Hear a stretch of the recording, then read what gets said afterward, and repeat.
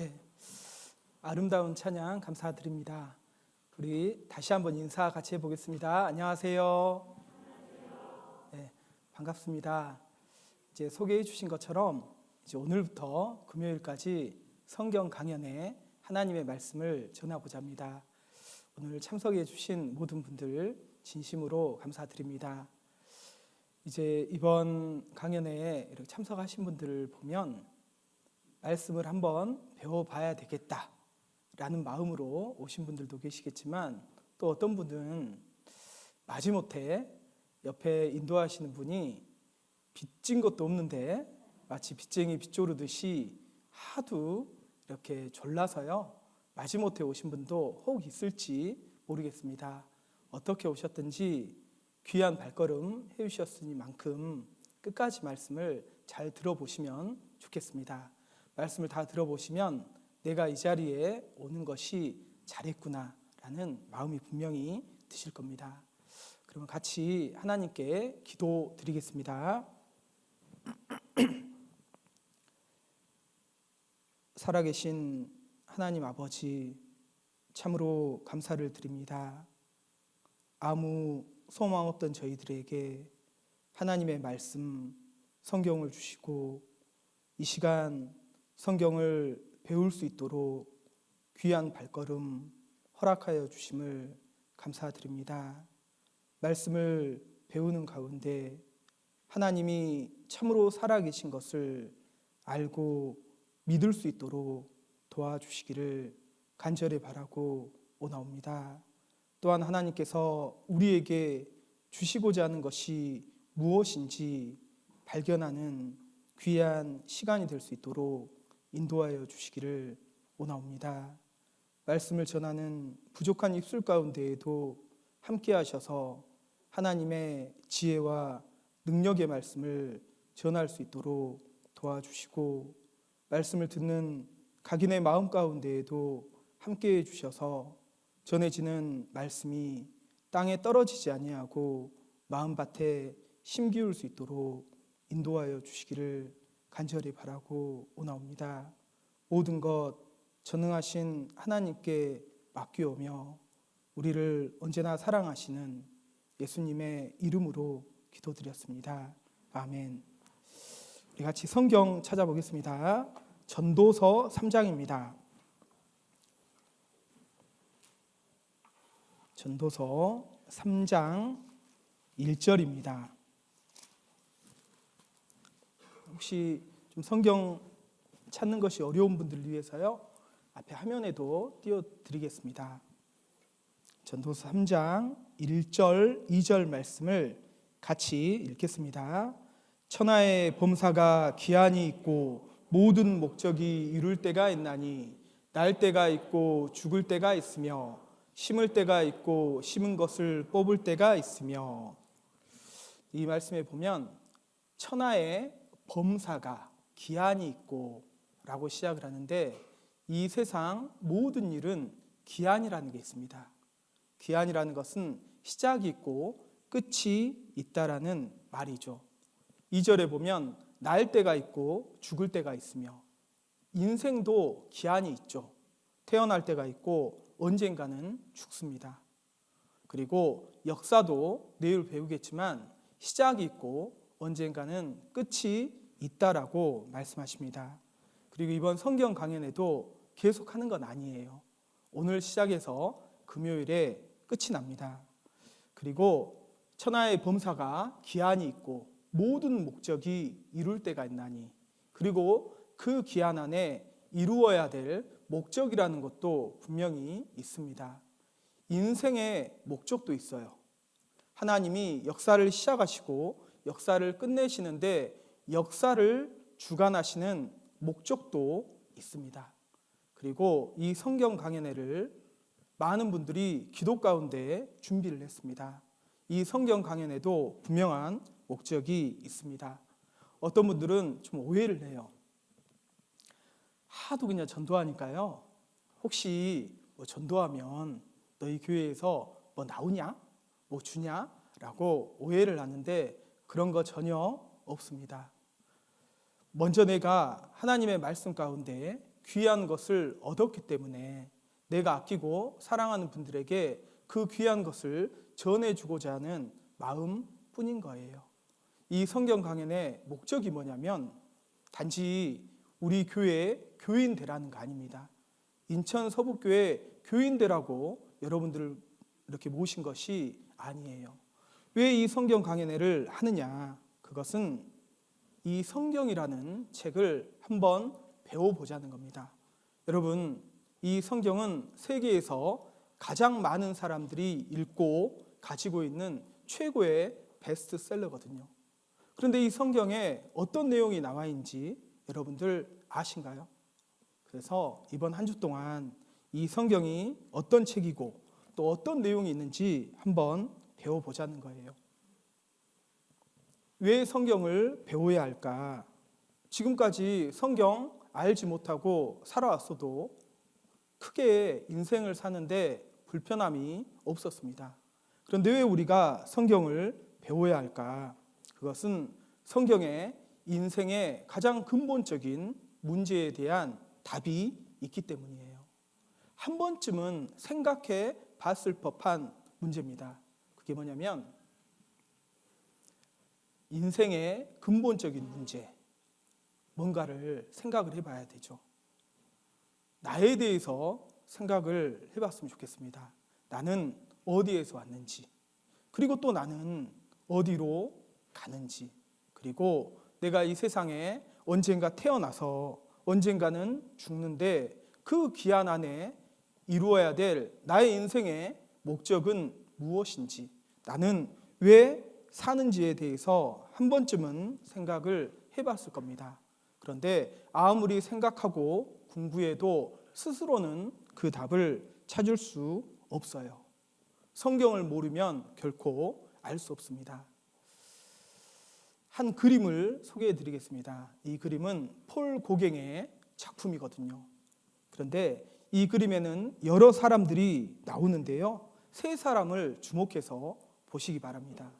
이 오른쪽 끝에 보면 한 아이가 누워서 자고 있습니다.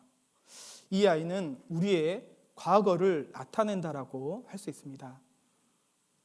그리고 이제 가운데에 보면 한 청년이 과일을 따고 있는 모습이 나오죠.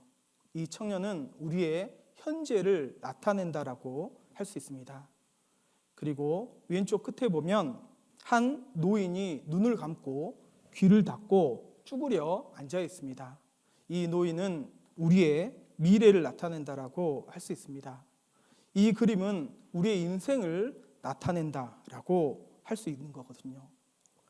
이 어린아이가 아무것도 모르고 누워서 자고 있는 것처럼 우리의 과거는 잊혀져 가고 있습니다.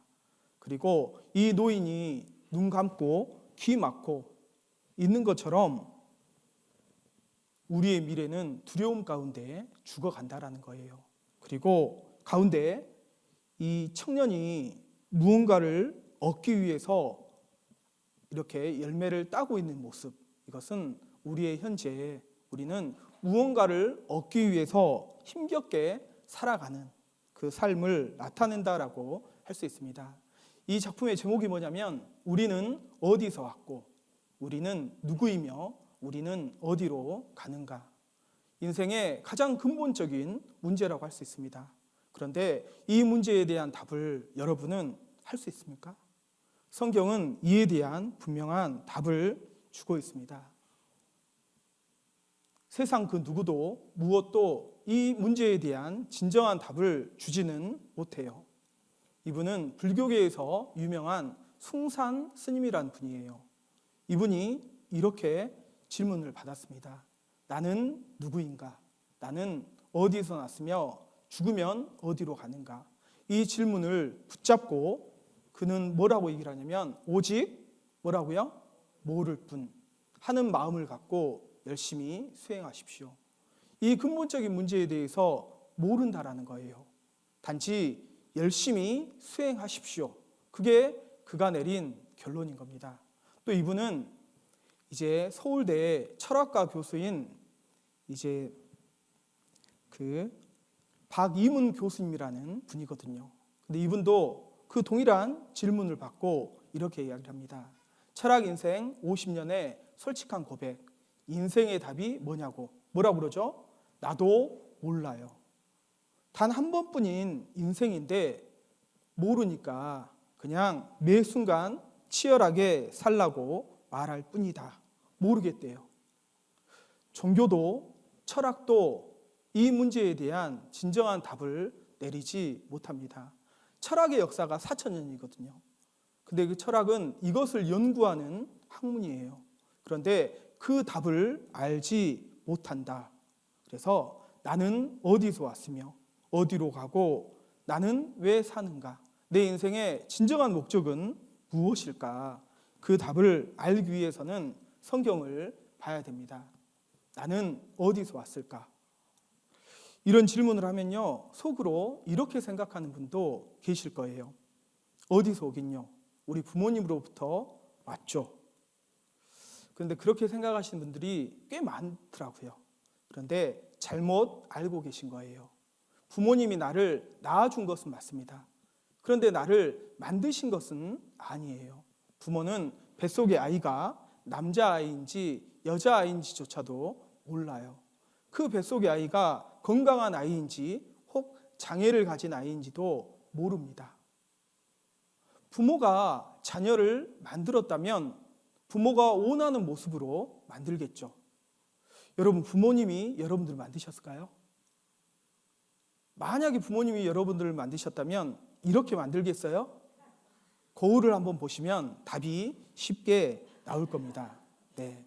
부모가 나를 낳아준 건 맞지만 만든 것은 아니에요.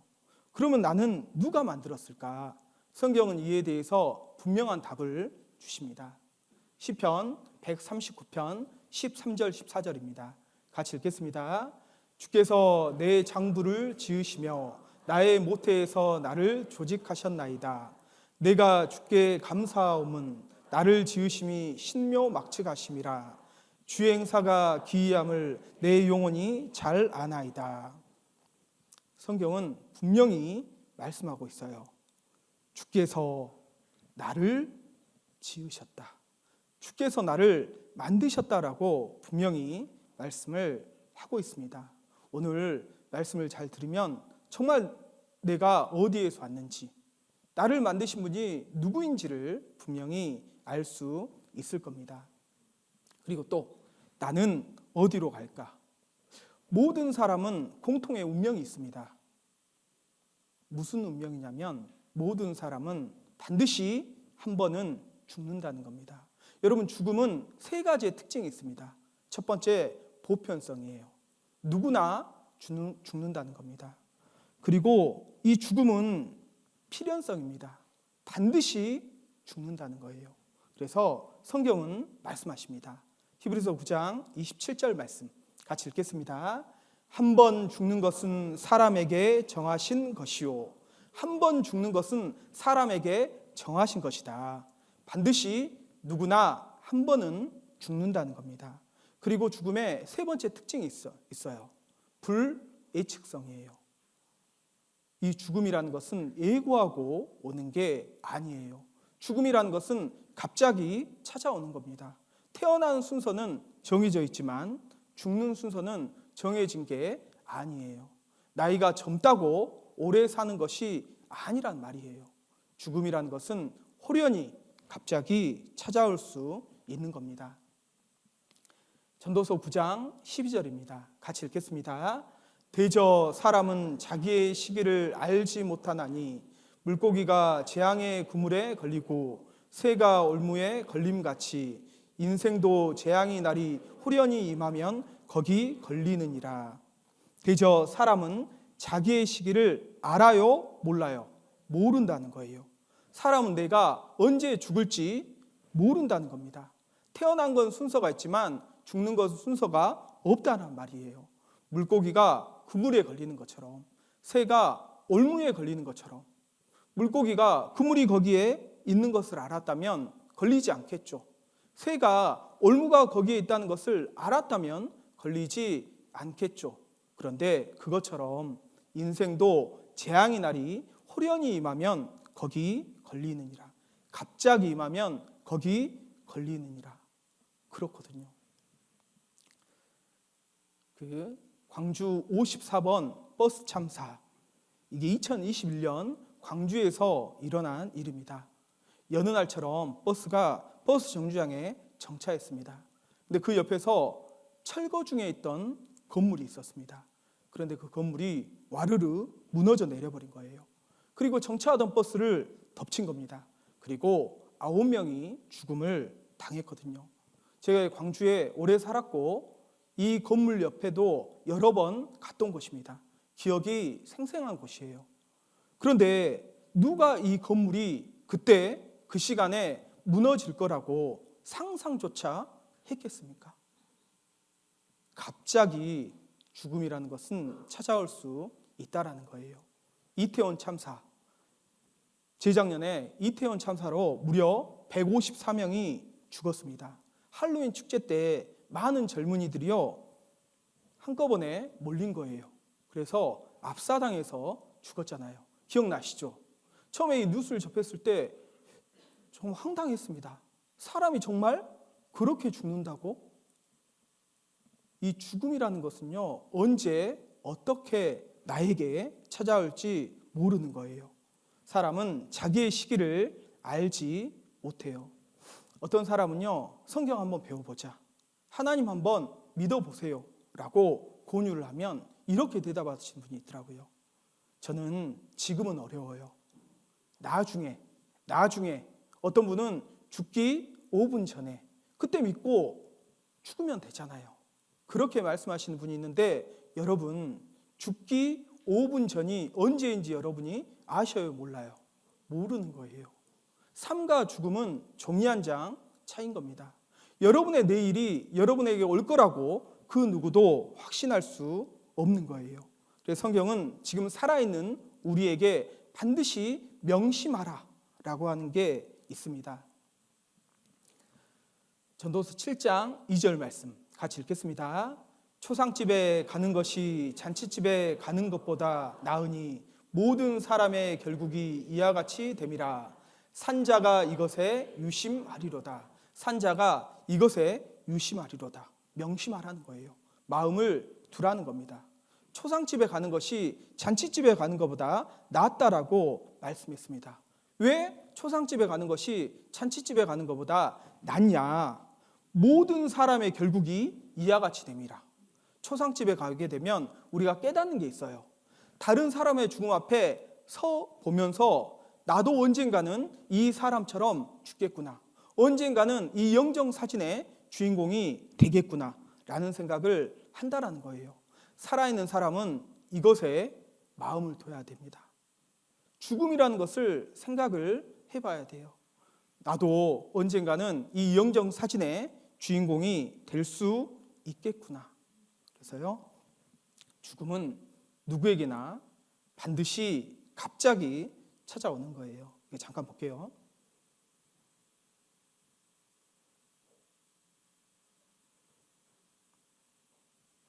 장훈아, 금이 와서 금이. 금이 왔다. 장훈아. 아빠가 많이 아파서 이제 하늘 날라고 가야 된대.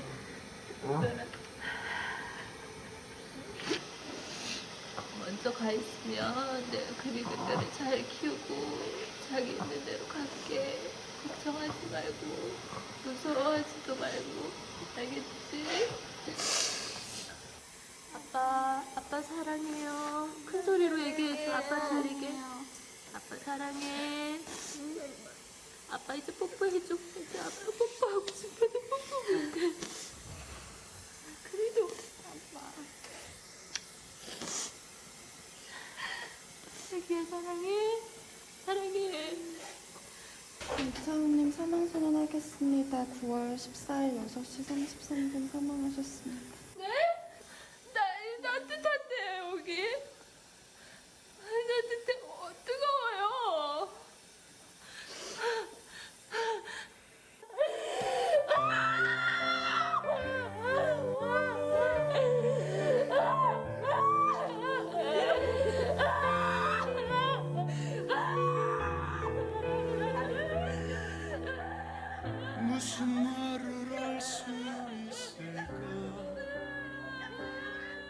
야속한 시간만 흘러가고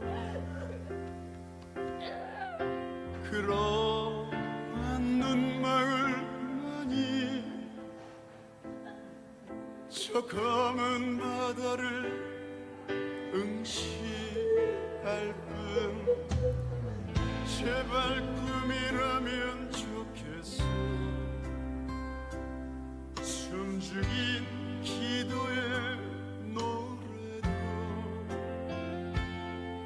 부서지는 파도를 따라 아무 흔적도 없이 흩어져 버려 기적을 원했지만 생명을 원했지만 아무리 기다려도 대답 없는 꽃이에요 천국이 있다면 천국이 있다면 꿈의 숲을 떠나 그곳에서 우리 행복하려나 미안해 꿈의 숲을 떠나 우리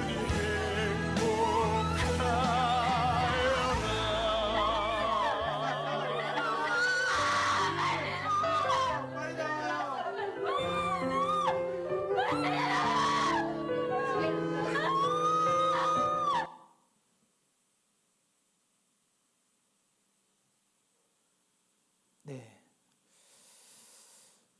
죽음이 있습니다, 여러분. 그런데 더 큰 문제가 있어요. 죽음으로 끝이 아니라는 거예요. 아까 우리가 히브리서 9장 27절을 읽었는데 그 뒷부분은 읽지 않았어요. 한 번 죽는 것은 사람에게 정하신 것이요. 그런데 그 후가 있다라고 성경은 말씀하고 있습니다. 그 후에는 뭐가 있다고요? 심판이 있으리니. 무슨 심판? 죄에 대한 심판이 있다라고 성경은 분명히 말씀하고 있습니다. 만약 죽음도 없고 죽음 이후에 세상도 없다면, 천국도 없고 지옥도 없다면 이런 성경 강연에 가질 필요 없습니다. 여러분, 성경 배울 필요 전혀 없습니다. 그런데 천국도 있고 지옥도 있어요.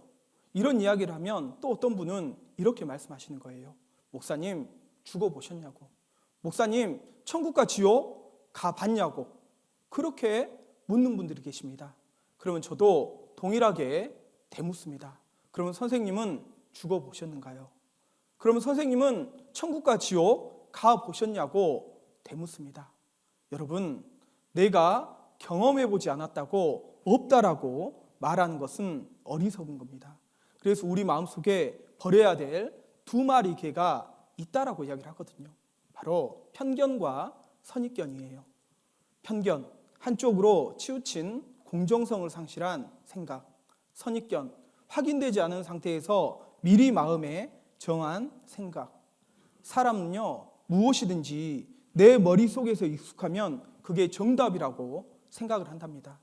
그래서 내 머릿속에 익숙한 것은 웬만해서는 버리려고 하지 않아요. 그렇죠.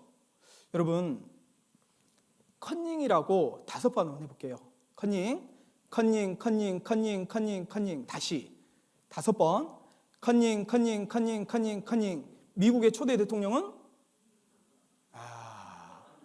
워싱턴이죠. 방금 여러분들이 미국의 역사를 바꾸셨어요. 다시 한번 해보겠습니다. 꽃사슴 5번 해보겠습니다. 꽃사슴, 꽃사슴, 꽃사슴, 꽃사슴, 꽃사슴. 산타클로스가 끄는 것은 루돌프? 썰매. 네. 썰매. 산타클로스가 타는 것은요, 루돌프 타는 게 아니고 썰매 타잖아요.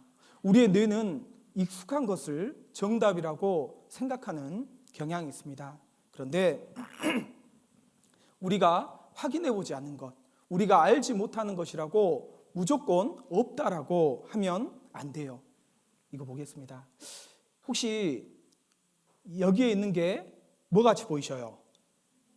세면대 같이 보이죠? 그런데 이게 뭐냐면 비데입니다. 비데. 비데 뭔지 아시죠? 서양에서 쓰는 서양 비대예요.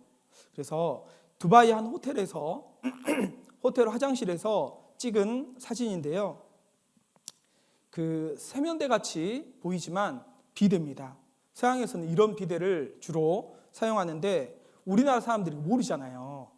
꼭 뭐 같이 보여요? 세면대 같이 보이잖아요.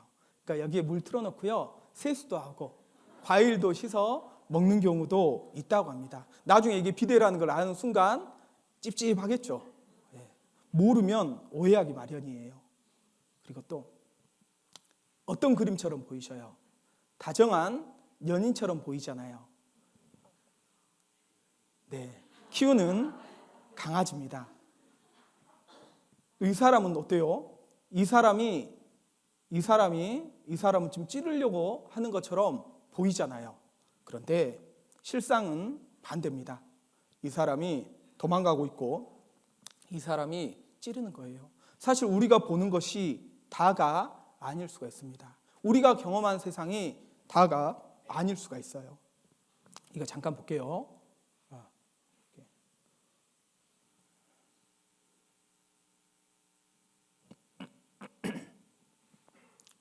Contestant hails from Columbus, Georgia. Let's hear it for Dee Westry. Come on out, Dee.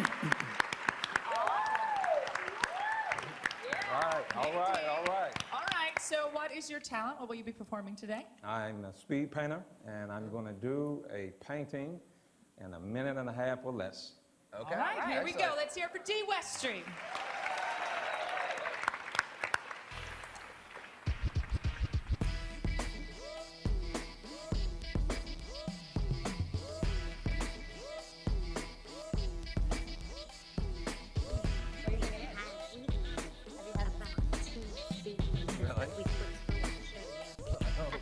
All right, Dee, you have 1 minute left. Here we go.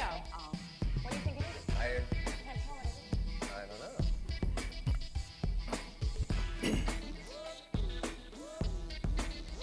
I'm confused. Oh, now we got some color going on. Let's say 30 seconds, Dee. I don't think you spent time. No! It looks like a pear. A potato? All right, it's coming down to the wire. 15 seconds, Dee. A pear. Come on. Give Go, us a Dee five. Westry. Come Give on, us come four, on. 3, 2, 1. Let's hear it for Dee Westry. There we go. 놀랍죠? 네, 이 사람은 미스터 앤더슨이라는 유화가입니다. 1분 30초 짧은 시간 안에 그림을 그리는 것으로 유명한데요. 시간이 다 되어 가는데도 도통 무슨 그림을 그리는지 알 수 없었습니다. 다 그리고 나서 그림을 뒤집어 봤죠. 그러니까 어때요? 그 사람이 그리고자 하는 모습이 드러났잖아요. 반전이거든요. 여러분, 천국이 있는지 지옥이 있는지 지금은 여러분이 결론을 내리기가 어려울 겁니다. 그런데 내가 알지 못한다고, 경험해보지 못했다고 단정 짓지는 마십시오. 정말 성경이 사실이고 하나님이 살아계시면 천국도 있고 지옥도 있는 겁니다. 우리는 반드시 한 번은 죽어요. 그런데 죽음으로 끝이 아니라고 성경은 말씀하시거든요. 천국도 있고 지옥도 있는 겁니다. 여러분들 왜 이 성경 강연에 초대했냐? 천국 가게 하기 위해서예요. 그래서 말씀을 잘 들어보면 좋겠습니다.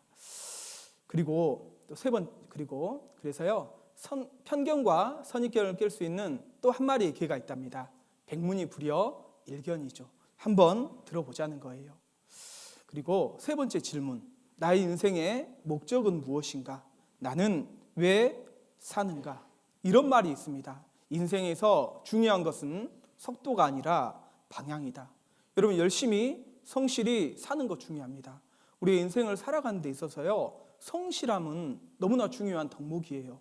열심히 성실히 마땅히 살아가야 됩니다. 그런데 그거보다 더 중요한 게 있어요. 내가 왜 사는가? 내 인생의 목적이 무엇인지 올바로 알고 사는 것은 더 중요한 거예요. 이렇게 예를 들어볼 수 있겠죠. 저는 광주가 고향입니다. 고향 광주에 가기 위해서요, 이제 열차를 탄다라고 합시다.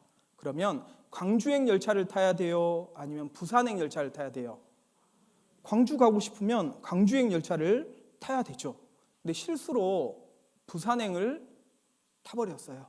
빨리 가고 싶어서요, KTX를 끊었습니다. 도착해 보면 광주일까요? 부산일까요? 내가 이게 부산 광주행이라고 철석같이 믿고 있어도 도착해 보면 부산에 도착해 있다는 것을 알게 될 겁니다. 그래서 속도보다 중요한 것은 방향이에요. 올바른 방향으로 가야 됩니다. 인생도 마찬가지예요. 열심히 성실하게 사는 것 너무나 중요합니다. 그런데 그거보다 더 중요한 것은 내가 왜 사는지, 내 인생의 목적이 무엇인지 올바로 알고 사는 겁니다. 많은 분들에게 왜 사냐고, 인생의 목적이 무엇이냐고 질문을 해봤습니다. 많은 사람들이 올바른 대답을 하지 못해요.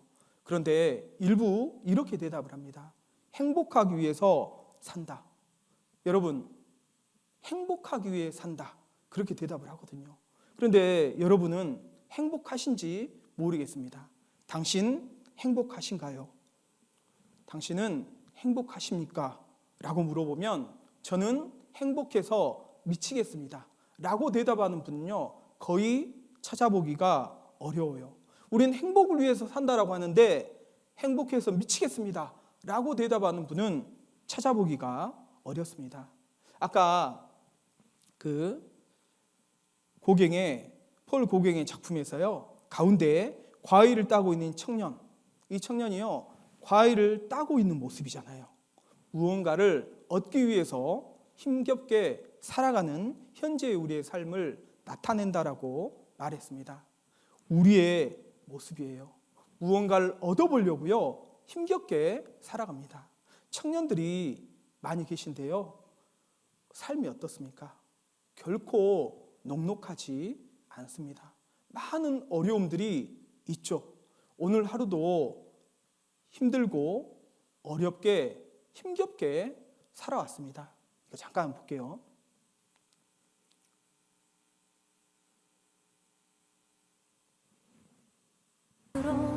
돌아가는 길에 지는 햇살에 마음을 맡기고 나는 너의 일을 떠올리며 수많은 그렇지, 그 회의 자료죠. 생각에 슬퍼진다. 그리고 연주 씨는 오늘 회의 참석 안 하셔도 돼요? 네? 우리는 단지 내일에 지금은 알 수가 없으니까 그저 너의 등을 감싸 안으면 다 잘 될 거라고 말할 수밖에 더 해줄 수 있는 벌써 인턴 마지막 날이네. 내가 다 아쉽다, 연주 씨. 저도 아쉬워요. 무거운 너의 어깨와 기나긴 하루하루가 안타까워. 내일은 정말 좋은 일이 너에게 생기면 좋겠어. 너에겐 자격이 있으니까 이제 짐을 벗고 행복해지길 나는 간절하게 소원해본다. 난 계속 원점이네. 네. 혹시 우리의 삶의 모습은 아닌지 모르겠습니다. 행복하기를 원하는데 행복하지 못합니다. 내가 왜 행복하지 못할까? 돈이 없어서일까? 그래서 돈을 추구해 봅니다. 내가 왜 행복하지 못할까? 번듯한 직장이 없어서일까? 직장을 추구해 봅니다. 왜 내가 행복하지 못할까? 사랑하는 사람이 없어서일까? 이성을 만나봅니다. 내가 왜 행복하지 못할까? 대인관계가 좋지 못해서일까? 그것을 위해서 노력합니다. 그리고 그것을 얻는다 할지라도 그것이 인생의 진정한 목적은 아니기 때문에 그것을 얻어도 진정한 행복을 얻지는 못하는 거예요. 그래서 인생은요, 마치 이와 같습니다. 밑 빠진 독과 같아요. 우리는 진정한 행복을, 만족을, 기쁨을 얻기 위해서요, 인생이라는 항아리 속에 많은 것을 넣어보거든요. 명예도, 지식도, 재산도, 자동차도, 아파트도, 취미생활도, 이것저것 다 안 되면 술도 마셔보는데 밑 빠진 독에 붙는 것 같습니다. 진정한 만족은 없는 거예요.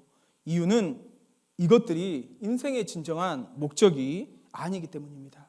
그럼 내 인생의 목적은 무엇일까? 그 답이 성경에 있습니다. 이번 한 주 동안 성경을 배우는 목적은 그 인생의 목적을 얻기 위함이에요.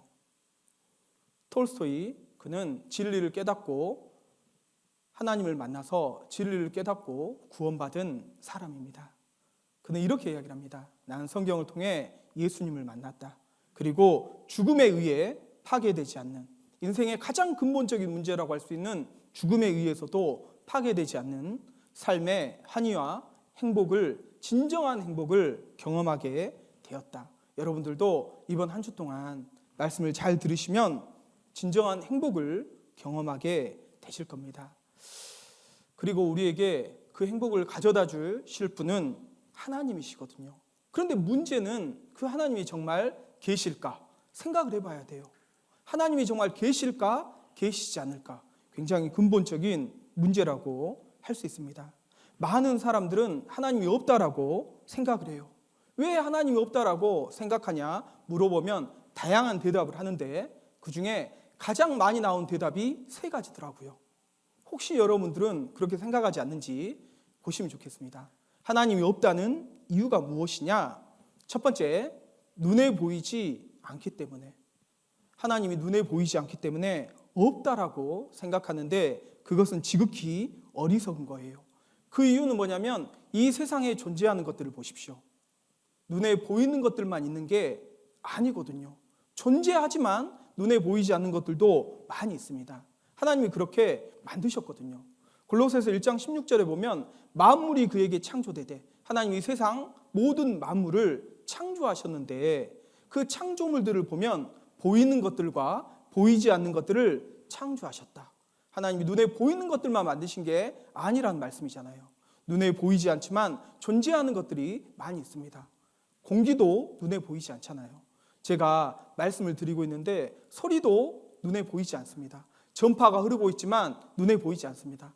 세균은 너무 작아서 눈으로 볼 수 없습니다. 너무 멀리 떨어진 별도 너무 멀리 떨어져 있기 때문에 눈으로 볼 수 없습니다. 존재하지만 눈으로 보지 못하는 것들이 너무나 많이 있는 거예요. 그리고 더 놀라운 것은 이 보이는 세상은 보이지 않는 것들로 이루어진 거 아셔요? 모든 보이는 물질들은 보이지 않는 원소로 구성이 되어 있습니다. 인간도 마찬가지죠. 그래서 하나님 눈에 보이지 않기 때문에 없다라고 말하는 것은 어리석은 것이다. 그럼 왜 하나님은 눈에 보이지 않는가? 이유는요, 하나님의 대표적인 속성이 뭐냐면 하나님은 영이시다. 그리고 그 영은 살과 뼈, 형상이 없다. 그래서 우리 눈으로 볼 수 없다라고 이야기를 하는 거예요. 하나님은 영으로 존재하시는 분이기 때문입니다. 그리고 또 두 번째, 하나님이 없다라고 말하는 이유는요, 대체로 이렇게 말씀하시는 분도 많이 있어요. 악인이 형통하기 때문에. 이 세상에 악한 사람들이 너무나 많이 있는 거예요. 그리고 정말 악한 사람들이 많이 있는데 하나님이 정말 계시다면 그 악한 사람들을 당장 심판을 해야 되는데, 벌을 내려야 되는데 그들이 벌 받기는커녕 더욱 잘 사는 거예요. 그래서 하나님 안 계시나 보다 라고 생각을 하는 겁니다. 그런데요, 하나님이 안 계셔서 당장 벌을 주지 않는 것이 아니에요. 하나님이 왜 근데 악인을 당장 심판하지 않을까? 하나님의 사랑 때문이에요. 하나님의 두 번째 속성이 뭐냐면 하나님은 사랑이시라. 사랑 자체입니다. 그래서 하나님은 악인이라도 돌이키고 회개하고 하나님께 돌아오기를 원하시는 거예요. 그래서 오래 참아주시는 겁니다. 하나님의 마음은 뭐냐면 모든 사람이 구원을 받고 진리를 아는 데 이르기를 원하셔요. 모든 사람이에요. 그리고 아무도 멸망치 않고 다 회개하게 이르기를 원하시는 겁니다. 그 누구도 멸망당하는 것을 원하지 않아요. 심지어 악인이랄지라도 하나님의 형상대로 지음받은 영혼이 있기 때문에, 그래서 오래 참는 과정입니다. 하나님은 사랑이셔요. 그런데 동시에 하나님은 공의로우신 분입니다. 하나님은 사람은 사랑하지만 죄는 미워하거든요. 오래 참으시지만 끝까지 참지는 않으셔요. 하나님의 때가 되면 반드시 심판하십니다. 혹 이 땅에서 심판이 없다 할지라도 하나님의 공의는 끝난 게 아니에요. 진짜 심판이 기다리고 있습니다. 그 심판은 죽음 이후에 있는 심판이에요. 죄에 대한 영원한 심판입니다. 여러분, 천국도 있어야 되고 지옥도 있어야 됩니다. 하나님은 공의로우신 분이거든요. 지옥은 실제 하는 곳이에요.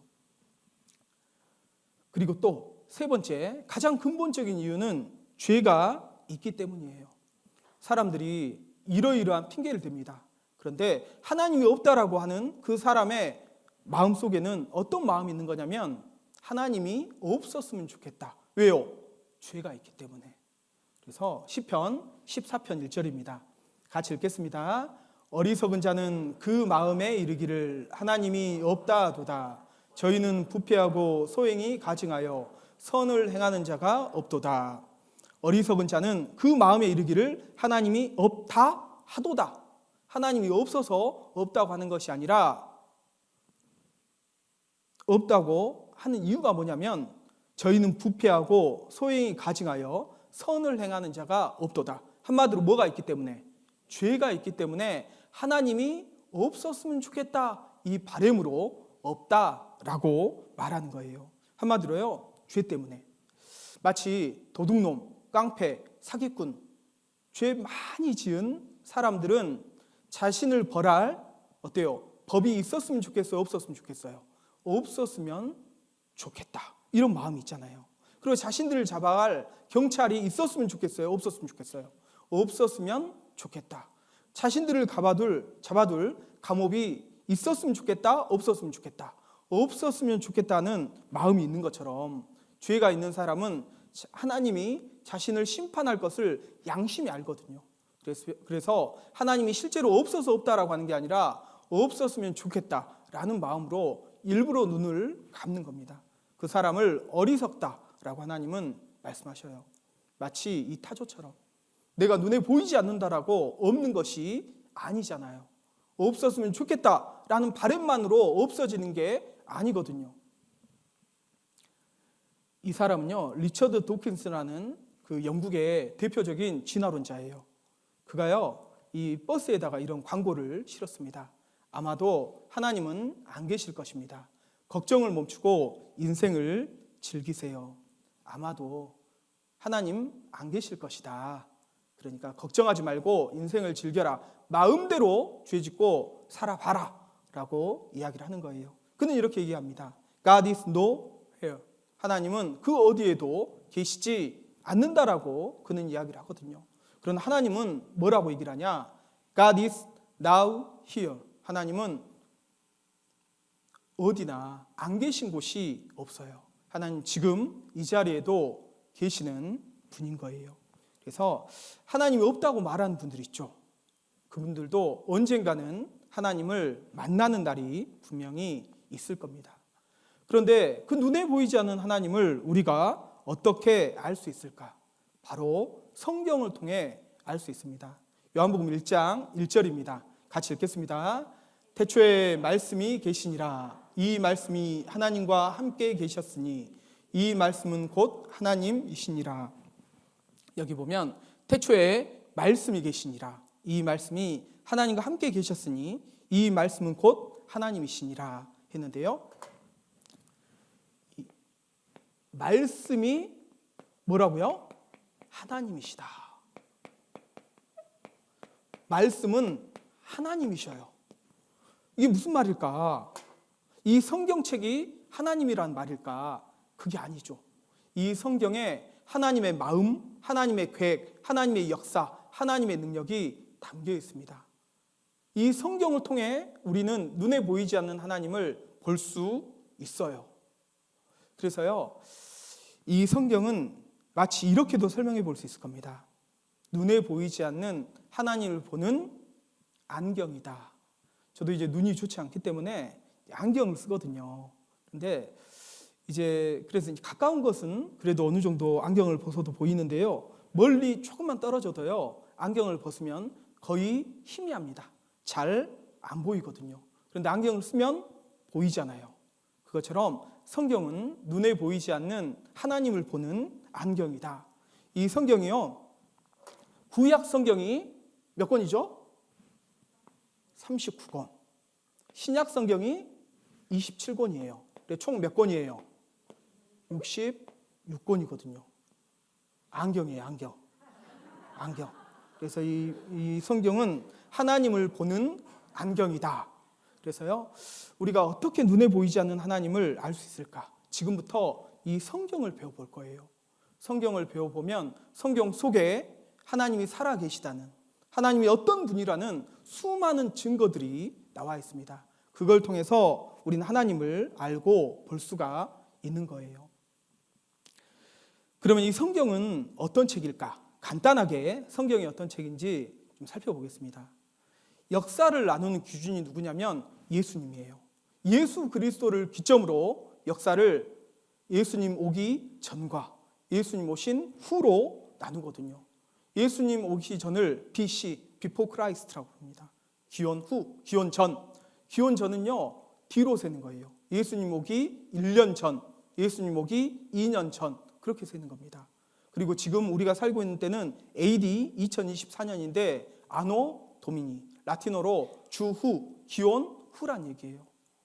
예수님 오신 지 2024년째 되는 해라는 의미거든요.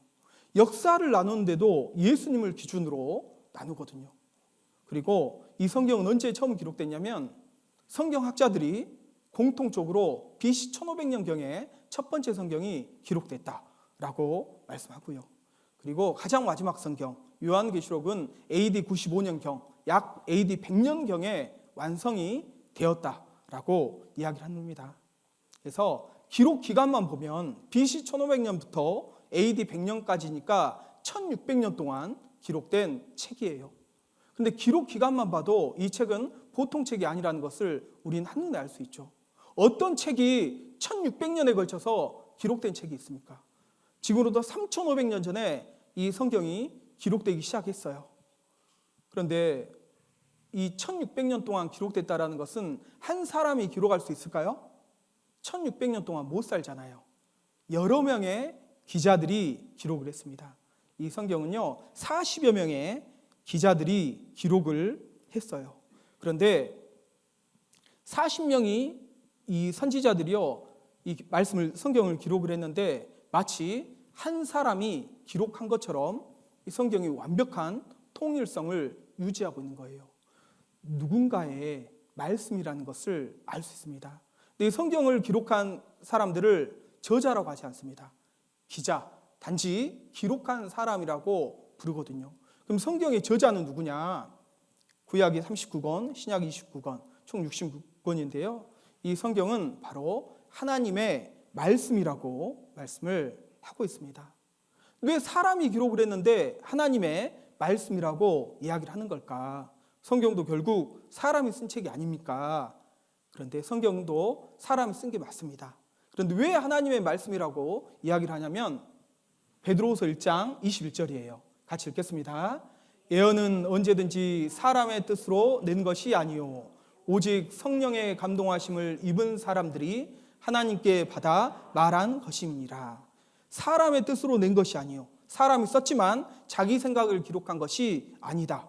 하나님께 받아 말한 것이다. 하나님이 불러주신 그대로 받아 적은 것이 성경이다. 그래서 성경의 저자는 하나님이며 성경을 하나님의 말씀이다. 하나님께 받아서 단지 기록만 한 것뿐인 거예요. 우리가 초등학교 때 선생님이 불러주시면 받아쓰기 하는 것처럼, 그래서 내가 적고 있지만 선생님이 불러주신 그대로 받아쓰기 하는 것처럼 성경의 기자들도 받아쓰기 한 겁니다. 하나님이 불러주신 그대로 받아쓰기 한 게 성경인 거예요. 그래서 성경의 내용은 하나님이 보시는 역사가 기록되어 있어요. 그래서 역사의 영어 단어가 히스토리잖아요. 히스토리는 두 단어의 합성어거든요. his story, 그분의 이야기. 이 역사는요, 하나님의 이야기예요. 성경은 인류 역사가 기록됐습니다. 놀랍게도 성경에 기록된 그대로 역사가 진행되는 것을 우리는 알 수 있어요. 그리고 또 하나님의 구원 계획서라고 할 수 있습니다. 이 성경을 주신 목적이 뭐냐? 인간을 구원하기 위해서요. 우리에게 영원한 생명을 주시기 위해서 이 성경을 주신 겁니다. 이번 한 주 동안 그것을 배울 거예요. 그래서 우리가 이제 눈에 보이지 않는 하나님을 알기 위해서는 이 성경을 공부해야 되는데, 그럼 이 성경에는 어떤 내용들이 나와 있을까? 그것은 5분 쉬었다가 하겠습니다. 두 번째 시간 시작하겠습니다. 이 성경이 이제 어떤 책인지 잠깐 좀 알아봤는데요. 그럼 이 성경에는 어떤 내용이 나와 있을까? 그래서 성경 맨 첫 구절을 한번 찾아보겠습니다. 창세기 1장 1절입니다. 창세기 1장 1절 말씀. 창세기 1장 1절 말씀은 성경 가운데 굉장히 중요한 구절입니다. 같이 읽겠습니다. 태초에 하나님이 천지를 창조하시니라. 하나님이 성경 맨 첫 장, 첫 구절에 이렇게 말씀하셔요. 하나님이 인간에게 가장 먼저 알려주고 싶은 내용은 하나님이 창조주라는 것을 알려주고 싶은 겁니다. 정말 하나님은 이 세상 모든 것들을 만드신 창조주다. 그래서 창조주라고 성경에는 기록이 되어 있는데 정말 창조주일까? 주장만 하면 믿을 수 없잖아요. 근거, 증거를 보여줘야 됩니다. 하나님이 창조주라는 증거가 있을까? 여러분, 있습니다. 크게 이제 두 가지를 말씀을 드릴 거예요. 첫 번째는 하나님이 창조주라는 첫 번째 증거는 하나님이 이 세상 만물을 만드셨는데 만물을 연구해 보면 정확한 질서와 규칙이 있어요. 그 이야기는 이 질서를 부여하신 분, 규칙을 부여하신 절대자, 한 인격체가 있다라는 것을 나타내거든요. 참 많이 있는데 그 중에 꽃잎, 이 꽃잎의 수를 보면요 신기해요. 꽃잎이 한 장짜리 꽃이 있습니다. 화이트 칼라 릴리라는 백합 일종의 꽃인데요, 한 장짜리가 있어요. 좀 찾기는 쉽지 않습니다. 그리고 두 장짜리 꽃도 많이 있죠. 유포비아라는 꽃이에요. 그리고 세 장짜리 꽃도 있거든요. 이 연령초라는 꽃입니다. 그런데 한 장짜리, 두 장짜리, 세 장짜리는 찾았는데 네 장짜리 꽃잎을 가진 꽃은 찾을 수가 없는 거예요. 그리고 5장짜리 꽃잎을 가진 꽃이 있고요. 그리고 6개, 7개짜리는 찾기가 어렵습니다. 그리고 바로 어떻게 넘어가면 8개로 넘어가요. 그리고 쭉 13개로 넘어갑니다. 그리고 쭉 21개로 넘어가요. 그리고 34개로 넘어가는 겁니다. 세 봤어요. 세 보셔요. 정말 이 정확한 질서와 규칙에 의해서 꽃잎 수가 이루어지거든요. 그런데요, 여기에는 어떤 질서가 있다는 것을 이탈리아 수학자 피보나치라는 사람이요 발견을 했어요. 어떤 규칙이 있냐면 앞의 수와 뒤의 수를 더하면 다음 수가 되는 거예요. 1 더하기 2는 3, 2 더하기 3은 5, 3 더하기 5는 8, 5 더하기 8은 13, 8 더하기 13은 21, 13 더하기 21은 34. 맞죠? 그러면 다음 꽃잎의 수는 몇 장짜리일까요? 55장짜리가 있어야 되겠죠. 근데 맞습니다. 55장짜리가 있는 거예요. 2장짜리, 3장짜리, 5장짜리, 그리고 8장짜리, 13장, 21장, 34장, 몇 장? 55장짜리. 여러분, 이게 신기하지 않으셔요? 이것을 누가 이렇게 부여했단 말입니까? 이게 우연일까요? 우연 아니에요. 한 분의 솜씨라는 겁니다. 그런데 더 놀라운 게 있어요. 그 앞수를 가지고 뒷수를 나눠봅니다. 그런데 이 수가요, 나눠보고 그러는데 어떤 수에 계속 수렴을 하는 거예요. 그 수가 어떤 수냐면 점점 가까워지는데 1.618이라는 수로 수렴이 돼요. 1.618. 이 앞수로 계속 나눠보면요. 결국엔 1.618이라는 수가 나오는데 1대 1.618을 황금 비율이라고 하거든요. 그래서 어떤 건축물을 만들 때요. 이 비율에 따라서 만듭니다. 이 비율로 만들었을 때 사람 눈에 가장 안정적으로 그리고 아름답게 보이는 거예요. 파르테논 신전이나 이런 것들도 1대 1.618의 비율로 만들어졌어요. 이 피보나치 수열로 자연 신비를 푼다라고 했는데요. 이 레오나르도 다빈치가 이제 다빈치의 아주 유명한 대표작인 모나리자라는 그림이거든요. 이 눈썹이 없잖아요. 이 그림. 그런데요, 이 모나리자라는 그림이 굉장히 사람들이 각광을 합니다. 근데 저는 이제 그림을 보고 별로 그렇게 예쁘다는 생각은 좀 안 들었습니다. 여기 앉아 계신 분들보다 좀 못한 것 같아요. 그런데 이 모나리자 그림을 굉장히 사람들이 좋아하고 각광하는데요. 이 그림은 비밀이 숨겨 있어요. 레오나르도 다빈치가 굉장히 똑똑한 사람이거든요. 이 그림을 그릴 때 의도적으로 황금 비율을 따라서 그림을 그린 겁니다. 그래서요, 이 얼굴을 보면 가로, 세로 길이를요 정확히 재봤습니다. 1대 1.618이에요. 가로, 세로 비율이. 그리고 턱 끝에서 코 끝까지 1대, 그리고 눈썹 위에까지요 1.618. 그리고 코 넓이가 1이고 입술의 넓이가 1.618. 정확하게 의도적으로 1대 1.618 비율로 그림을 그린 겁니다. 그러니까 사람들이 볼 때 안정감을 느끼고 아름답다라고 느껴요. 그리고 자연계에도요 1대 1.618이 다 적용이 돼요. 꽃도 연구를 해보니까 이 황금 원형 비율로 해서요 계속 1대 1.618이 반복이 됩니다. 나비도 마찬가지고요, 소라도 마찬가지고, 또 양의 뿔도 마찬가지예요.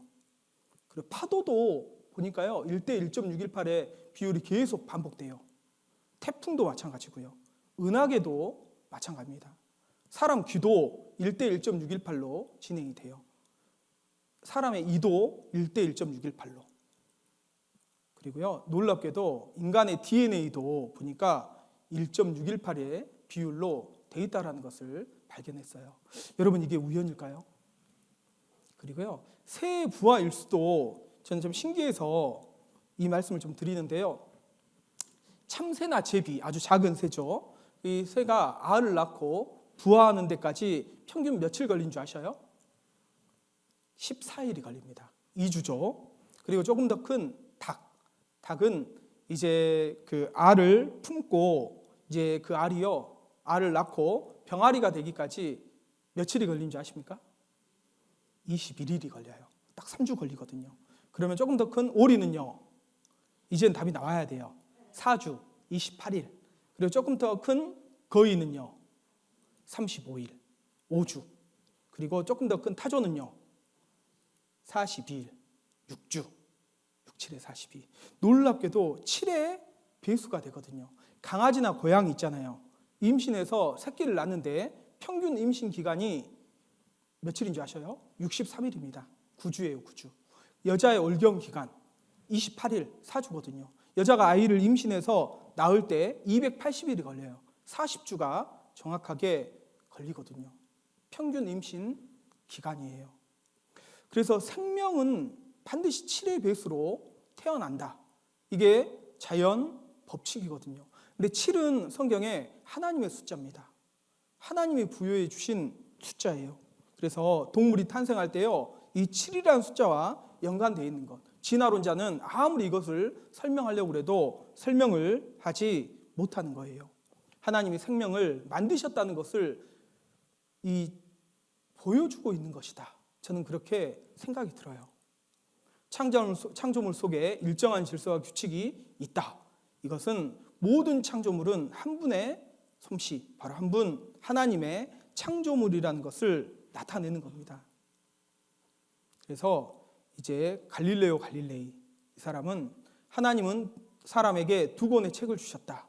그 2권 중 한 권은 만물이고 또 한 권은 성경이다. 우리가 성경을 배우기 전에도 자연 만물을 조금만 연구해 보면 하나님의 질서와 규칙이 그 안에 부여가 되어 있기 때문에 하나님이 계시다는 것을요, 어느 정도는 알 수가 있는 거예요. 그리고 더 놀라운 것은 만물뿐만 아니라 이 성경 속에 하나님이 이 세상 모든 것들을 만드셨다. 창조의 직접적인 증거들이 있는 겁니다. 하나님은 우주와 지구와 지구 안에 있는 모든 것들을 만드셨어요. 우주를 만드신 분도 하나님입니다. 성경을 찾아보겠습니다. 욥기 26장. 욥기 26장 7절입니다. 욥기 26장 7절입니다. 네, 같이 읽겠습니다. 그는 북편 하늘을 허공에 펴시며 땅을 공간에 다시며. 하나님이 우주를 창조하셨다면 우주의 비밀에 대해서 하나님은 정확히 알고 계셔야 됩니다. 제가 성경을 처음 배울 때 이 말씀 구절을 보고요, 깜짝 놀랐어요. 이 성경 구절이 사실이면 성경은 사실이다. 하나님이 이 세상을, 우주를 만드셨다라고 믿을 수 있는 말씀이거든요. 여러분, 우주가 어떻게 형성된 줄 알아요? 우주 형성에 대한 여러 이론들이 있는데 대표적인 우주 생성 이론이 빅뱅 이론이에요. 처음에 우주에 아주 작은 온소들이 있었습니다.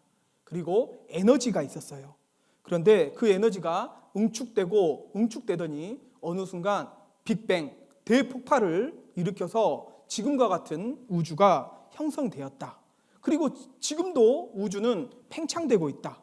그리고 대폭발로 우주가 이루어졌기 때문에 우주 어디를 가나 별의 밀도와 질량이 거의 일정하다. 이게 빅뱅 이론의 골자거든요. 대폭발로 이루어졌기 때문에 파편이 튄다 그러면 어느 한쪽으로만 집중적으로 튀는 게 아니라 사방팔방으로 튈 것이다. 그래서 우주에 어디를 가나 별의 밀도와 질량은 일정하다. 그런데 이 빅뱅으로 우주가 형성됐다라는 게요, 이제 과학계의 정설이에요. 그런데 이 빅뱅 이론도 한계가 있습니다. 어떤 한계죠? 우리가 딱 봐도 알 수 있어요. 가설이잖아요. 태초에 어떤 온소가 있었다. 태초에 어떤 에너지가 있었다.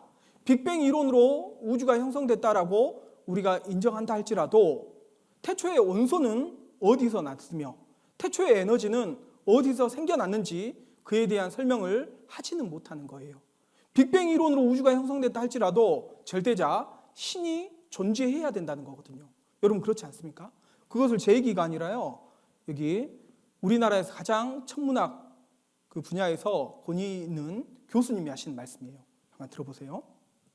우주와 생명의 기원에 관한 것이다. 과학자들에 따르면 우주는 커다란 폭발, 즉 빅뱅으로 시작됐다고 한다. 그러나 빅뱅이 어떻게 시작되는지는 설명하지 못한다. 과학이라는 것은 특별히 한계가 있거든요. 특히 저희 천문학 같은 경우도 그렇고 생명진화론도 그렇고 제1원인까지 설명할 수 있는 것이 아니거든요. 제1원인은 아직도 설명할 수 없고 또 관측적인 실험적인 증거가 없습니다. 우리는 단지 우리가 실험이나 관측으로 검증 가능한 영역에서 이러이러하게 우주의 역사가 전개되었구나 하는 걸 알 뿐이지 처음에 어떻게 전개되었는지는 증거가 지금 없기 때문에 모릅니다. 그러니까 모른다고 하는 것이 정직한 고백인데, 네, 굉장히 정직한 분이에요. 모른다고 하는 것이 정직한 고백이다. 그래서 빅뱅으로 우주가 형성됐다 할지라도 태초의 원소와 에너지의 제1원인이라고 그러거든요. 그것은 밝혀내지 못한다. 증거가 없다. 그게 과학의 한계다. 그런데요, 이 성경 말씀은 욥기 26장 7절 방금 찾았던 이 말씀은 이 빅뱅 이론을 정면으로 부정하는 말씀이에요. 왜냐하면 북편 하늘에 뭐라고 그랬어요? 허공을 펴시며, 허공이라는 것은 별이 없는 공간이 있다라는 거거든요. 만약에 빅뱅으로 우주가 형성됐다고 그러면 별이 없는 공간이 있어서는 안 되는 겁니다. 사방팔방으로 별이 다 형성이 돼야 되는데 북쪽 하늘에만 별이 없는 공간이 혹 있다라고 하면 이건 빅뱅으로 우주가 형성된 게 아니라는 것을 우리는 알 수가 있어요. 밤하늘에 보면 별들이 많습니다. 이 우주 전체에도 방위가 있거든요. 근데 북쪽 하늘을 보니까요, 별이 없는 공간이 있나? 찾아보니까 별이 없는 공간은 없던 거예요. 그래서 어디를 가나 별이 빽빽하게 많이 있었거든요. 그래서 욥기 26장 7절 이 구절의 말씀은 틀렸구나. 성경은 잘못됐구나 그렇게 인정됐던 말씀이거든요. 그런데 1981년 반전이 생겨요. 이 북편 하늘에 실제 허공이 있다는 것이 드러납니다. 언제냐면 그때가 81년도거든요. 중앙일보에서요 신문에 실었어요. 미국에서 3대 천문대에서 관측 결과 밝혀졌는데 우주에 불가사의한 기존의 상식으로는 설명할 수 없는 공간이 있다. 그 공간이 어디에 있냐? 북두칠성 뒤에 있다. 북두칠성 북편 하늘이거든요. 북두칠성 뒤에 지름이 무려 3억 광년인 별도 별로 없이 텅 빈 우주 공간이 발견된 거예요. 근데 3억 광년이라고 그랬잖아요. 3억 광년이라면 빛이 3억 년 동안 간 거리를 말합니다. 근데 빛은 가장 빠른 물질이잖아요. 초속 30만 킬로를 달립니다. 지구 둘레 7바퀴 반을 돌아요. 1초 똑딱할 때. 그 빠른 빛의 속도로 3년이 아니에요. 300년이 아닙니다. 3억 년 동안 간 거리가 지름이라는 거예요. 그런데 그 어마어마하게 넓은 공간에 별이 없어요. 빈 공간이 발견됐어요. 어디서? 북두칠성 뒤에. 북편 하늘에 빈 우주 공간이 실제로 밝혀진 겁니다. 여러분 이 말씀 사실이에요? 거짓이에요? 사실이에요. 이 공간이 어느 정도냐면 대우주의 1%. 1%면 아무것도 아니네요. 아니에요. 우리가 속해 있는 은하계가 2,000개 이상 들어갈 수 있는 막대한 태양계가 아니라 은하계가 2,000개 이상 들어갈 수 있는 막대한 공간이요. 비어 있어요. 그 빈 우주 공간이 실제로 밝혀졌습니다. 그러면 목사님 북편 하늘만 보니까 그렇지 남편이나 동편이나 다른 데도 혹시 뻥 뚫려 있는 곳도 있지 않을까요? 그렇지 않다는 거예요. 여기 보면 우리가 관측할 수 있는 우주의 거의 1%에 해당하는 거대한 부분이 다른 부분과는 뭐라고 그랬죠? 달리 비어 있음이 확인된 것.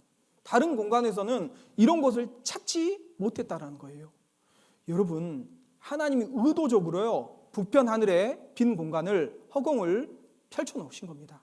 왜요? 우리 시대에 사람들의 마음이 강팍해요. 믿지 않습니다. 믿을 만한 증거를 미리 두신 거예요. 이 말씀은요, 우리 시대에서나 밝혀진 말씀이거든요. 우리 시대에서나 알 수 있는 말씀입니다. 성경은 사실이고 하나님이 우주를 만드신 것이 분명한 거예요. 그리고 욥기 36장도 한번 보겠습니다. 욥기 36장 27절입니다. 27절, 28절 말씀. 이 말씀도 같이 읽겠습니다. 그가 물을 가늘게 이끌어 올리신즉 그것이 안개 되어 비를 이루고 그것이 공중에서 내려 사람 위에 쏟아지느니라. 이 성경은 우주에 대해서도 그리고 지구에 대해서도 말씀을 하고 있는데 지구에서 일어나는 여러 생명 현상에 대해서도 정확하게 말씀을 하고 있어요. 우리가 궁금한 게 있습니다. 식물이 살기 위해서는 뭐가 필요하냐면 물이 필요하거든요. 비가 필요해요. 그래서 농사를 짓기 위해서는 비가 필요하잖아요. 적절하게 비가 내려줘야 되는데 비가 계속 내리잖아요. 내리고 또 내리고 내년에도 내리고 내후년에도 내리고 계속 비가 내리고 있는데 그런데 이 많은 비는 과연 어디서 오는 것일까? 이게 궁금했거든요. 근데 현대 과학이 밝혀낸 게 뭡니까? 물이 뭐 한다고요? 순환한다 라는 것을 현대 과학에서 밝혀냈는데 그것을 밝혀낸 것은 16세기, 17세기 경에야 밝혀냈거든요. 그런데 3,500년 전에 기록된 이 욥기 성경에 물이 순환한다라는 것을 아주 정확히 묘사를 하고 있어요. 보셔요. 그가 물을 가늘게 이끌어 올리신즉 뭡니까? 증발이잖아요. 물이 올리신즉 그랬잖아요. 수증기 형태로요 증발이 되는 거예요. 그리고 그것이 안개되어 비를 이루고 이건 뭐냐면 응결입니다. 이게 증발한 수증기는요 대기 온도가 이제 위에는 낮잖아요. 이게 포화점 이하로 온도가 낮아지면요 응결해요. 그리고 구름을 형성합니다. 안개되어 그랬는데 구름을 형성해요. 그리고 그렇게 형성된 구름의 수증기 입자들이요 서로 충돌을 해요. 그러면서요 그 입자들이 커집니다. 물방울을 형성을 하는 거예요. 무거워지죠. 그럼 어떻게 되냐면 그것이 공중에서 내려 사람 위에 쏟아지느니라. 강수예요. 비가 쏟아지는 거예요. 그리고 비가 쏟아지면요 그것을 지상에서 여러 형태로 사용하게 되잖아요. 그리고 그것이 다시 흘러가서요 또 증발하는 거예요. 이게 계속해서 순환해서 비가 또 내리고 또 내리고 또 내린다. 성경은 분명하게 물의 순환에 대해서 말씀을 하고 있어요. 우리 학교에서 배우잖아요. 증발, 음결, 강수. 계속해서 반복적으로 비가 내리는 거예요. 이것을 밝혀낸 것은 얼마 되지 않습니다. 16세기, 17세기 프랑스의 기상학자인 페라울트 그리고 마리오테 이 두 사람이 실험을 통해서 밝혀냈거든요. 근데 성경은 3,500년 전에 물이 순환해서 비가 내린다라는 것을 우리에게 알려주고 있어요. 비가 어떻게 내리는지. 그리고 식물이 잘 자라기 위해서는 비만 필요한 게 아니에요. 뭐가 필요하냐면 양분이 필요하거든요. 그런데 식물들은 어떻게 그 양분을 공급받을까? 그것에 대해서도 이제 말씀이 기록되어 있어요. 그 밑에 욥기 26장 30절입니다. 30절, 31절 같이 읽겠습니다. 그가 번갯빛으로 자기의 사면에 두르시며 바다 밑도 가리우시며 이런 것들로 만민을 징벌하시며 이런 것들로 식물을 풍기 주시느니라. 여기 보면 이런 것들로 했는데 이런 것들은 아까 방금 언급했던 비 그리고 번개를 말하는 거예요. 그러니까 비와 번개가 하는 기능이 뭐냐? 크게 두 가지다. 이런 것들로 만민을 징벌하는 수단으로 쓴다. 또 이런 것들로 식물을 풍기 주신다. 그런데 만민을 징벌하는 수단이라고 하면 이해가 돼요. 왜냐하면 비를 통해서 홍수를 통해서 하나님이 세상을 심판하시거든요. 그리고 뿐만 아니라 번개를 통해서도 악인을 심판하는 형벌의 도구로 사용하시기도 합니다. 그런데 이런 것들로 식물을 풍기 주신다. 이게 이해가 안 되는 것이 비는 식물이 이제 음식물을 제공하는데 유용합니다. 근데 번개는 어떤 작용을 할까? 그걸 몰랐어요. 그런데 이 식물은 밥식자, 만물묵자, 먹거리, 음식물. 영어 성경은 푸드라고 되어 있거든요. 음식물을 풍성하게 준비해 주는 역할이 뭐냐? 비와 번개라는 거예요. 그런데 이 식물이 잘 자라야 잘 자란 식물을 동물이 먹고 또 식물과 동물을 사람이 먹고 그래서 우리에게 음식물을 제공해 주는데 그러기 위해서는 비가 필요하다는 것은 이해가 돼요. 그런데 번개는 어떤 역할을 할까? 그런데 번개가 놀라운 일을 한다는 것이 밝혀졌어요. 번개가 치면 무섭잖아요. 이게 최근에 보니까요. 경기중 번쩍하더니 인도네시아 축구선수 벼락 맞아 숨졌다. 실제로 인도네시아에서요. 축구 경기하다가 벼락이 떨어져가지고요. 즉사했다니까요. 지금은 이제 번개 맞아 죽는 경우가 거의 없죠. 건물마다 피레침이 있기 때문에요. 거의 이제 야외에서 활동을 해도 번개를 맞지 않습니다. 그런데 과거에는요. 벼락 맞아 죽은 사람들이 종종 있었던 거예요. 하나님이 번개를요. 형벌의 도구로 사용하시기도 하는 거예요. 그런데 놀라운 것은 식물을 풍기 주신다고 그랬는데 산 꼭대기에 아무도 찾지 않는 이런 곳에요. 나무들이 잘 자라요. 근데 잘 자라기 위해서는 햇볕도 필요하고 비도 물도 필요하고요. 그리고 또 양분도 필요한데 다른 것은 자연 상태에서 공급을 받는데 양분은 비료는 어디서 공급을 받냐 이게 궁금했거든요. 그런데 이제 그것이 이제 밝혀졌어요. 공기 중에 보면 질소가 78%고 산소가 21%입니다. 그런데요, 그 비료 있잖아요. 비료 우리가 흔히 사용하는 요소 비료의 주 원료가 뭐냐면 뭐라고 그랬어요? 질소 46%. 비료의 주 원료가 질소거든요. 그런데 놀랍게도 공기 중엔 질소가 78%고요. 산소가 21%예요. 근데 이 상태로는요. 식물에게 공급이 될 수가 없어요. 근데 번개가 치잖아요. 번개가 치면 이 번개는 엄청난 전기 에너지가 있습니다. 그래서요. 질소와 산소가요. 이 전기 에너지에서요. 둘이 결합을 하는 거예요. 그래서 결국에는 질산이라는 형태로 만들어지거든요. 그리고 비와 함께 이 질산염이요 땅으로 내려가고 이 토양에 공급이 돼요. 그래서 식물이 이 질산염을 먹고 잘 자라고요. 동물도 그걸 통해서 질소 비료를 공급을 받는 거예요. 번개가 그 역할을 하는 거거든요. 이게 언제 밝혀졌냐면 1995년도에 밝혀졌어요. 제가 이제 고등학교 3학년 때거든요. 그래서 제가 고등학교 3학년 때만 해도요. 생명체의 최대 질소원이 뭐냐? 뿌리옥 박테리아라고 배웠습니다. 시험 문제도 그렇게 나왔었거든요. 그런데요, 최근엔 바뀌었어요. 뿌리옥 박테리아가 그 공기 중에 있는 질소를요, 공급시키는 역할을 일정 부분 합니다. 근데 이거보다 훨씬 더 많은 양을 하는 게 연간 15톤의 그 질산을 고정시키는 것이 뭐냐면 번개라고 이야기를 해요. 번개를 통해서 생명체가 질소 비료를 공급받아서 식물을 풍부히 주는 역할을 한다. 이게 1995년도에 미국에서요 밝혀낸 사실인데 성경은 3,500년 전에 이 번개가 식물을 풍부히 주신다라고 기록이 되어 있습니다. 어떻게 3,500년 전에 과학이 발달하기도 전에 이런 내용들을 성경에 기록을 할 수 있을까요? 이거는 사람의 머리에서 나온 말씀이 아니에요. 하나님이 불러주신 대로 받아 적은 거고 번개를 만드신 분도 누굴까요? 하나님이라는 것을 우리는 알 수 있습니다. 그리고 이 지구상에 살고 있는 생명체를 만드신 분도 하나님이에요. 창세기 1장에 보면 하나님이 이 세상 모든 것들을 만드시고 그 만든 순서를 기록을 하고 있거든요. 여기에 보면 창세기 1장에 보면 하나님이 이제 식물도 만드시고요. 그리고 물고기와 공중의 새도 만드시고요. 땅의 짐승도 기는 것, 곤충들도 다 만드셨는데 이 말씀에 보면요. 종류대로 이 말씀을 창세기 1장에만 10번을 반복하셔요. 사실 문맥에는 전혀 하등에 영향을 미치지 않는 구절이거든요. 종류대로라는 말씀을 굳이 넣지 않아도 전혀 이상하지 않은 말씀입니다. 하나님 의도적으로 10은 완전수거든요. 이 세상 모든 생명체들은 처음부터 종류대로 만드셨다라고 말씀하시는 거예요.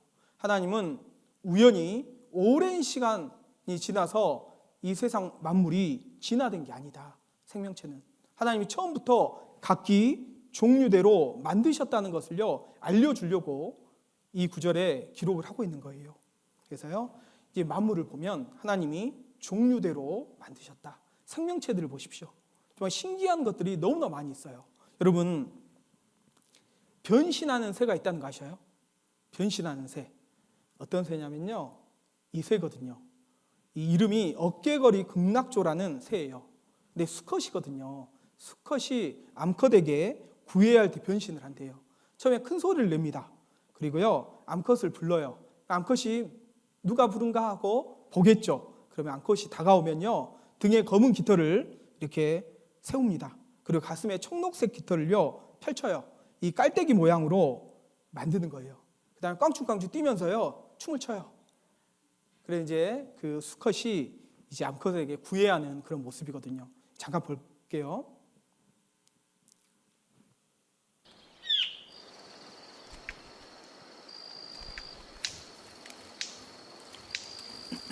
위협하는 거 아니에요. 좋다고 하는 거 좋다고. 암컷 앞에서 완전히 딴 새가 된 수컷. 어떻게 이런 변신이 가능할까요? 수컷은 망토 같은 어깨깃이 있습니다. 날개를 덮을 정도로 깁니다. 머리깃을 파란색으로 바꿀 수도 있습니다. 멋지죠? 부리 쪽 깃털을 세워 T자 모양으로 만듭니다. 파란 머리와 T자 깃털이 만나 파란 눈처럼 보이죠? 이 모든 걸 한꺼번에 움직여 변신합니다.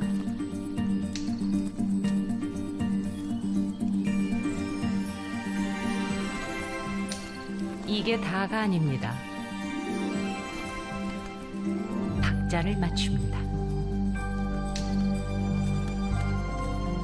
날개를 땅에 때리죠.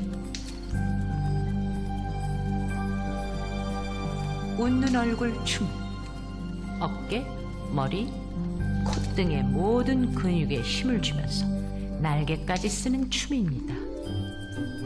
구의 마지막에 쓰는 필살기죠.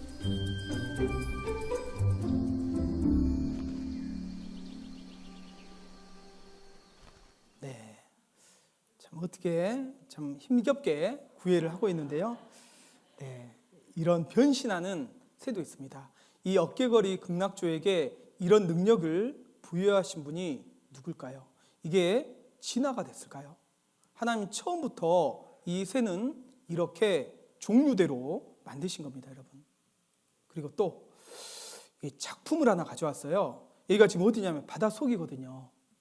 여기 땅이 아닙니다. 바다에 물결이 치고 이러는데요. 이 엄청난 바닷속의 모래로 작품을 누군가가 만들어 놨습니다. 잘 만들었죠? 이거 누가 만든 줄 알아요? 바로 연호이 만들었습니다. 뭐예요? 우리 복요리 좋아하잖아요. 예, 생긴 게 좀 그렇지만 이 보거가 이 수컷 보거가 마찬가지예요.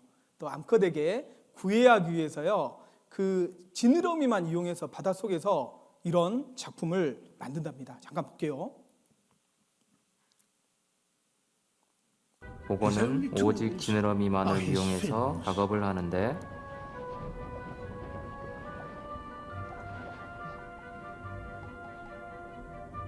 머릿속에 이미 화학적으로 완벽한 계획을 갖고 있습니다.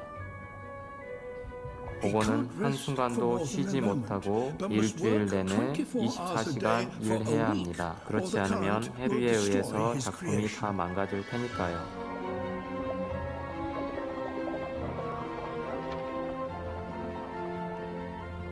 마지막 정리를 마치면 작품이 완성됩니다.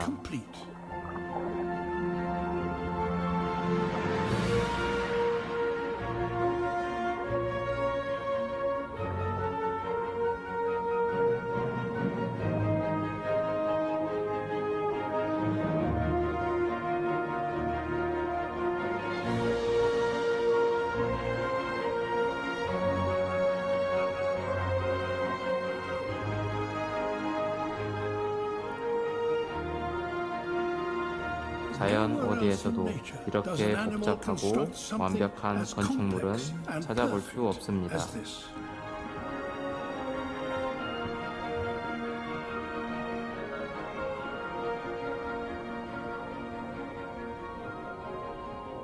이러한 작품이면 암컷의 관심을 얻기에 충분할 겁니다. 네, 아무튼 눈물겹습니다. 관심 한번 좀 받아보려고요. 그런데 왜 이렇게 만드는지 이해는 안 되지만 어마어마하지 않아요, 여러분? 사람도 이렇게 만들기는 어려울 겁니다. 완벽한 수학적 계산이요, 이 보거의 머릿속에 있는 거예요. 그래서 작은 보거가요, 자기 지느러미만 이용해서 몇 시간에 걸쳐서 이 엄청난 작품을 만드는 거거든요. 여러분, 이게 우연일까요? 누가 이 보거에게 이런 능력을 부여하셨을까요? 창조주가 계신 거예요. 여기 그래서 로마서 1장 20절입니다. 같이 읽겠습니다. 창세로부터 그의 보이지 아니하는 것들 곧 그의 영원하신 능력과 신성이 그 만드신 만물에 분명히 보여 알게 되나니 그러므로 저희가 핑계치 못할지니라. 만물은 하나님의 작품이에요. 작품을 보면 작가의 솜씨를, 지혜를 알 수 있습니다. 하나님은 눈에 보이지 않고 하나님의 능력과 신성, 지혜도 눈에 보이지 않지만 하나님이 만드신 만물 속에는 하나님의 능력과 하나님의 신성, Godhead, 하나님의 지혜가 담겨 있기 때문에 만물에 분명히 보여 알게 되나니. 여러분들 몇 개 살펴봤습니다. 이게 우연일까요? 창조주가 계시다는 것을 우리에게 드러내는 거예요. 그러니까 우리가 성경을 다 배우지 않아도 하나님이 계시다라는 것은 핑계할 수 없는 겁니다. 그러므로 저희가 핑계치 못할지니라. 그리고 또 성경에 보면 하나님이 모든 것들을 다 만드시고 마지막 날 사람을 만드셨다라고 했거든요. 그래서요, 어떻게 만들었냐면 이렇게 만들었습니다. 창세기 2장 7절 같이 읽겠습니다. 여호와 하나님이 흙으로 사람을 지으시고 생기를 그 코에 불어넣으시니 사람이 생명이 된지라. 하나님이 사람을 만들었는데 만든 재료가 나와요. 뭘로 만들었다고요?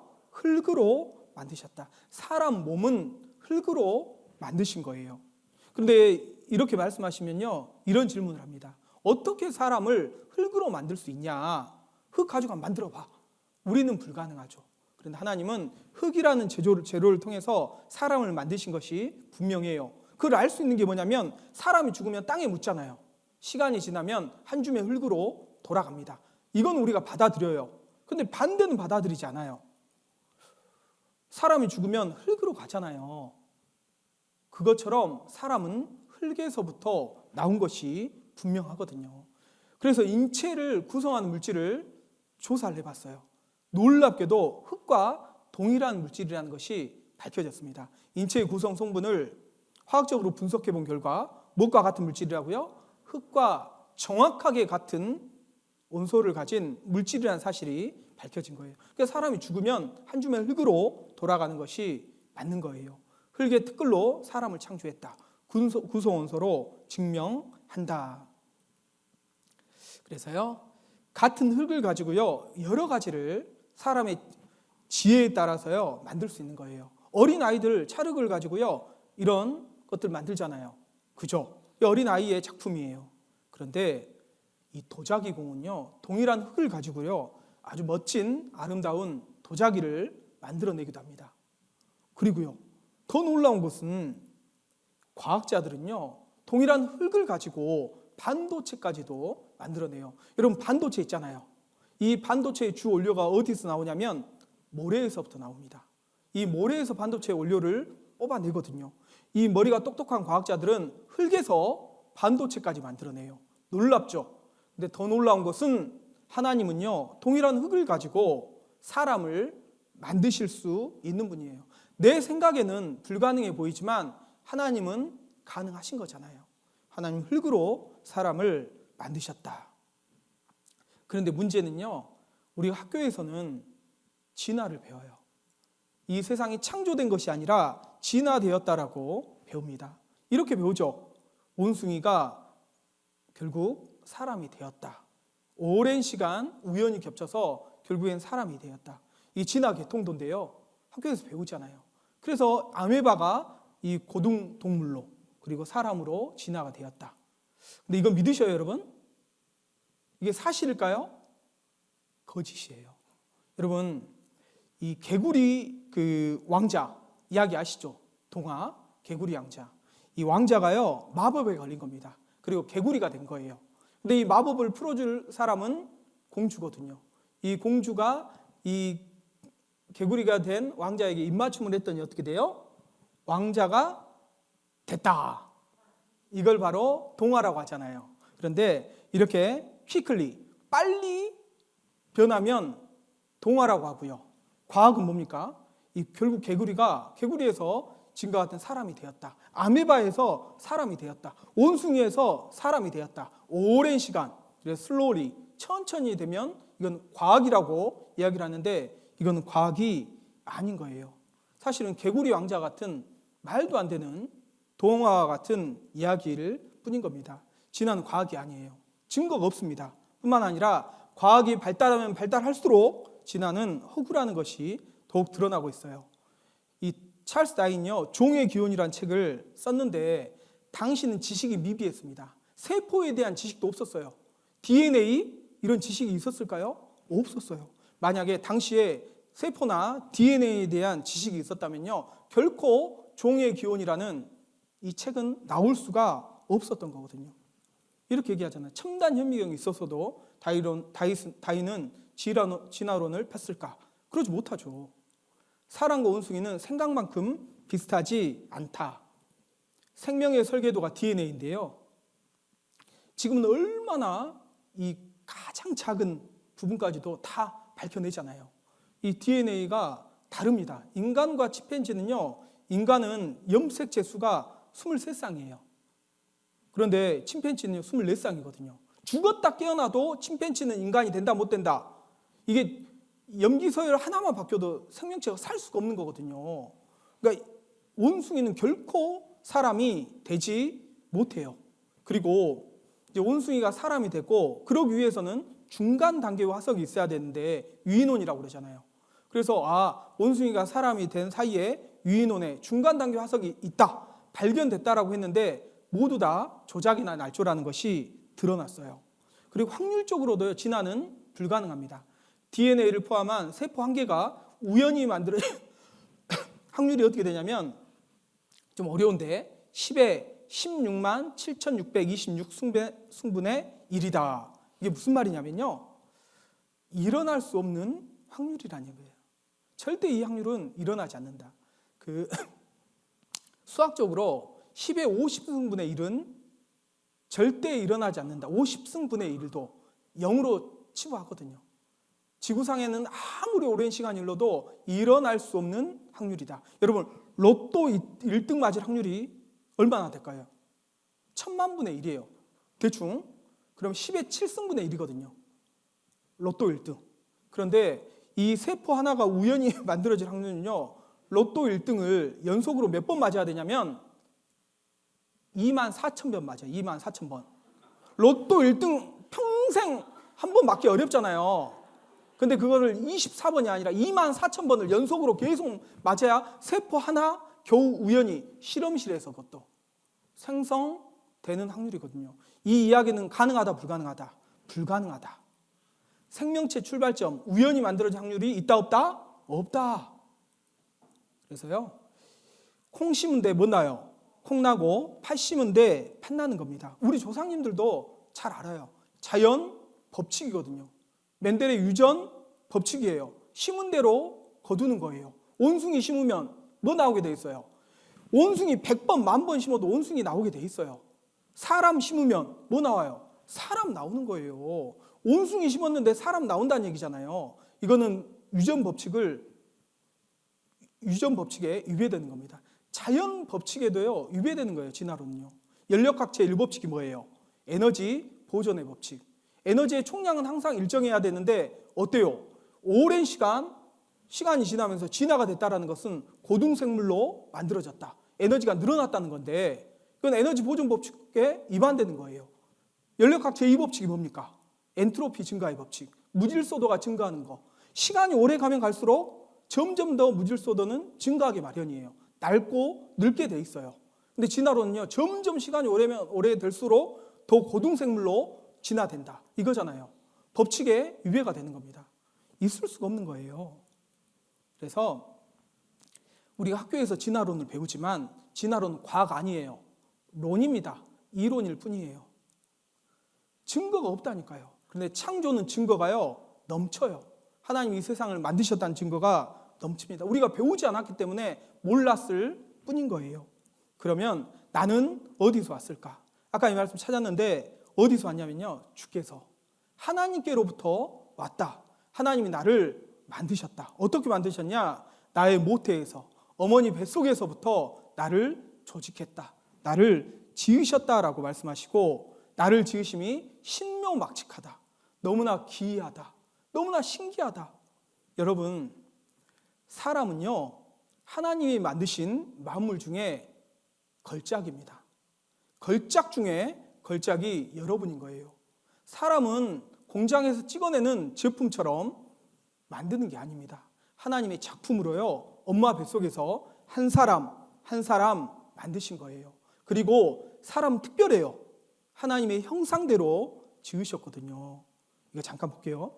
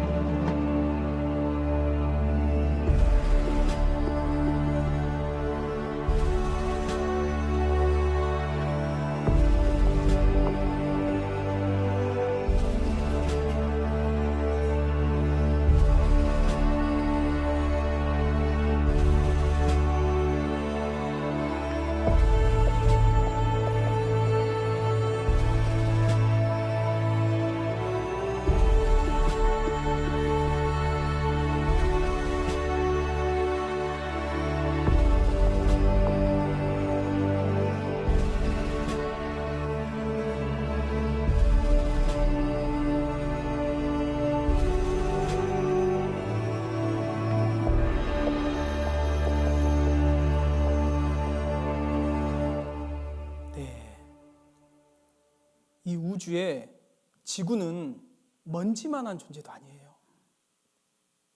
하나님이 우주를 만드신 분입니다. 그리고 이 지구의 주인으로 사람을 만드셨어요. 사람을 하나님의 형상대로 걸작으로 만드셨습니다. 그런데요, 정말 이 작은 머리를 가진 인간이 하나님이 있냐 없냐 이야기를 하는 겁니다. 여러분, 하나님이 우주를 만드셨어요.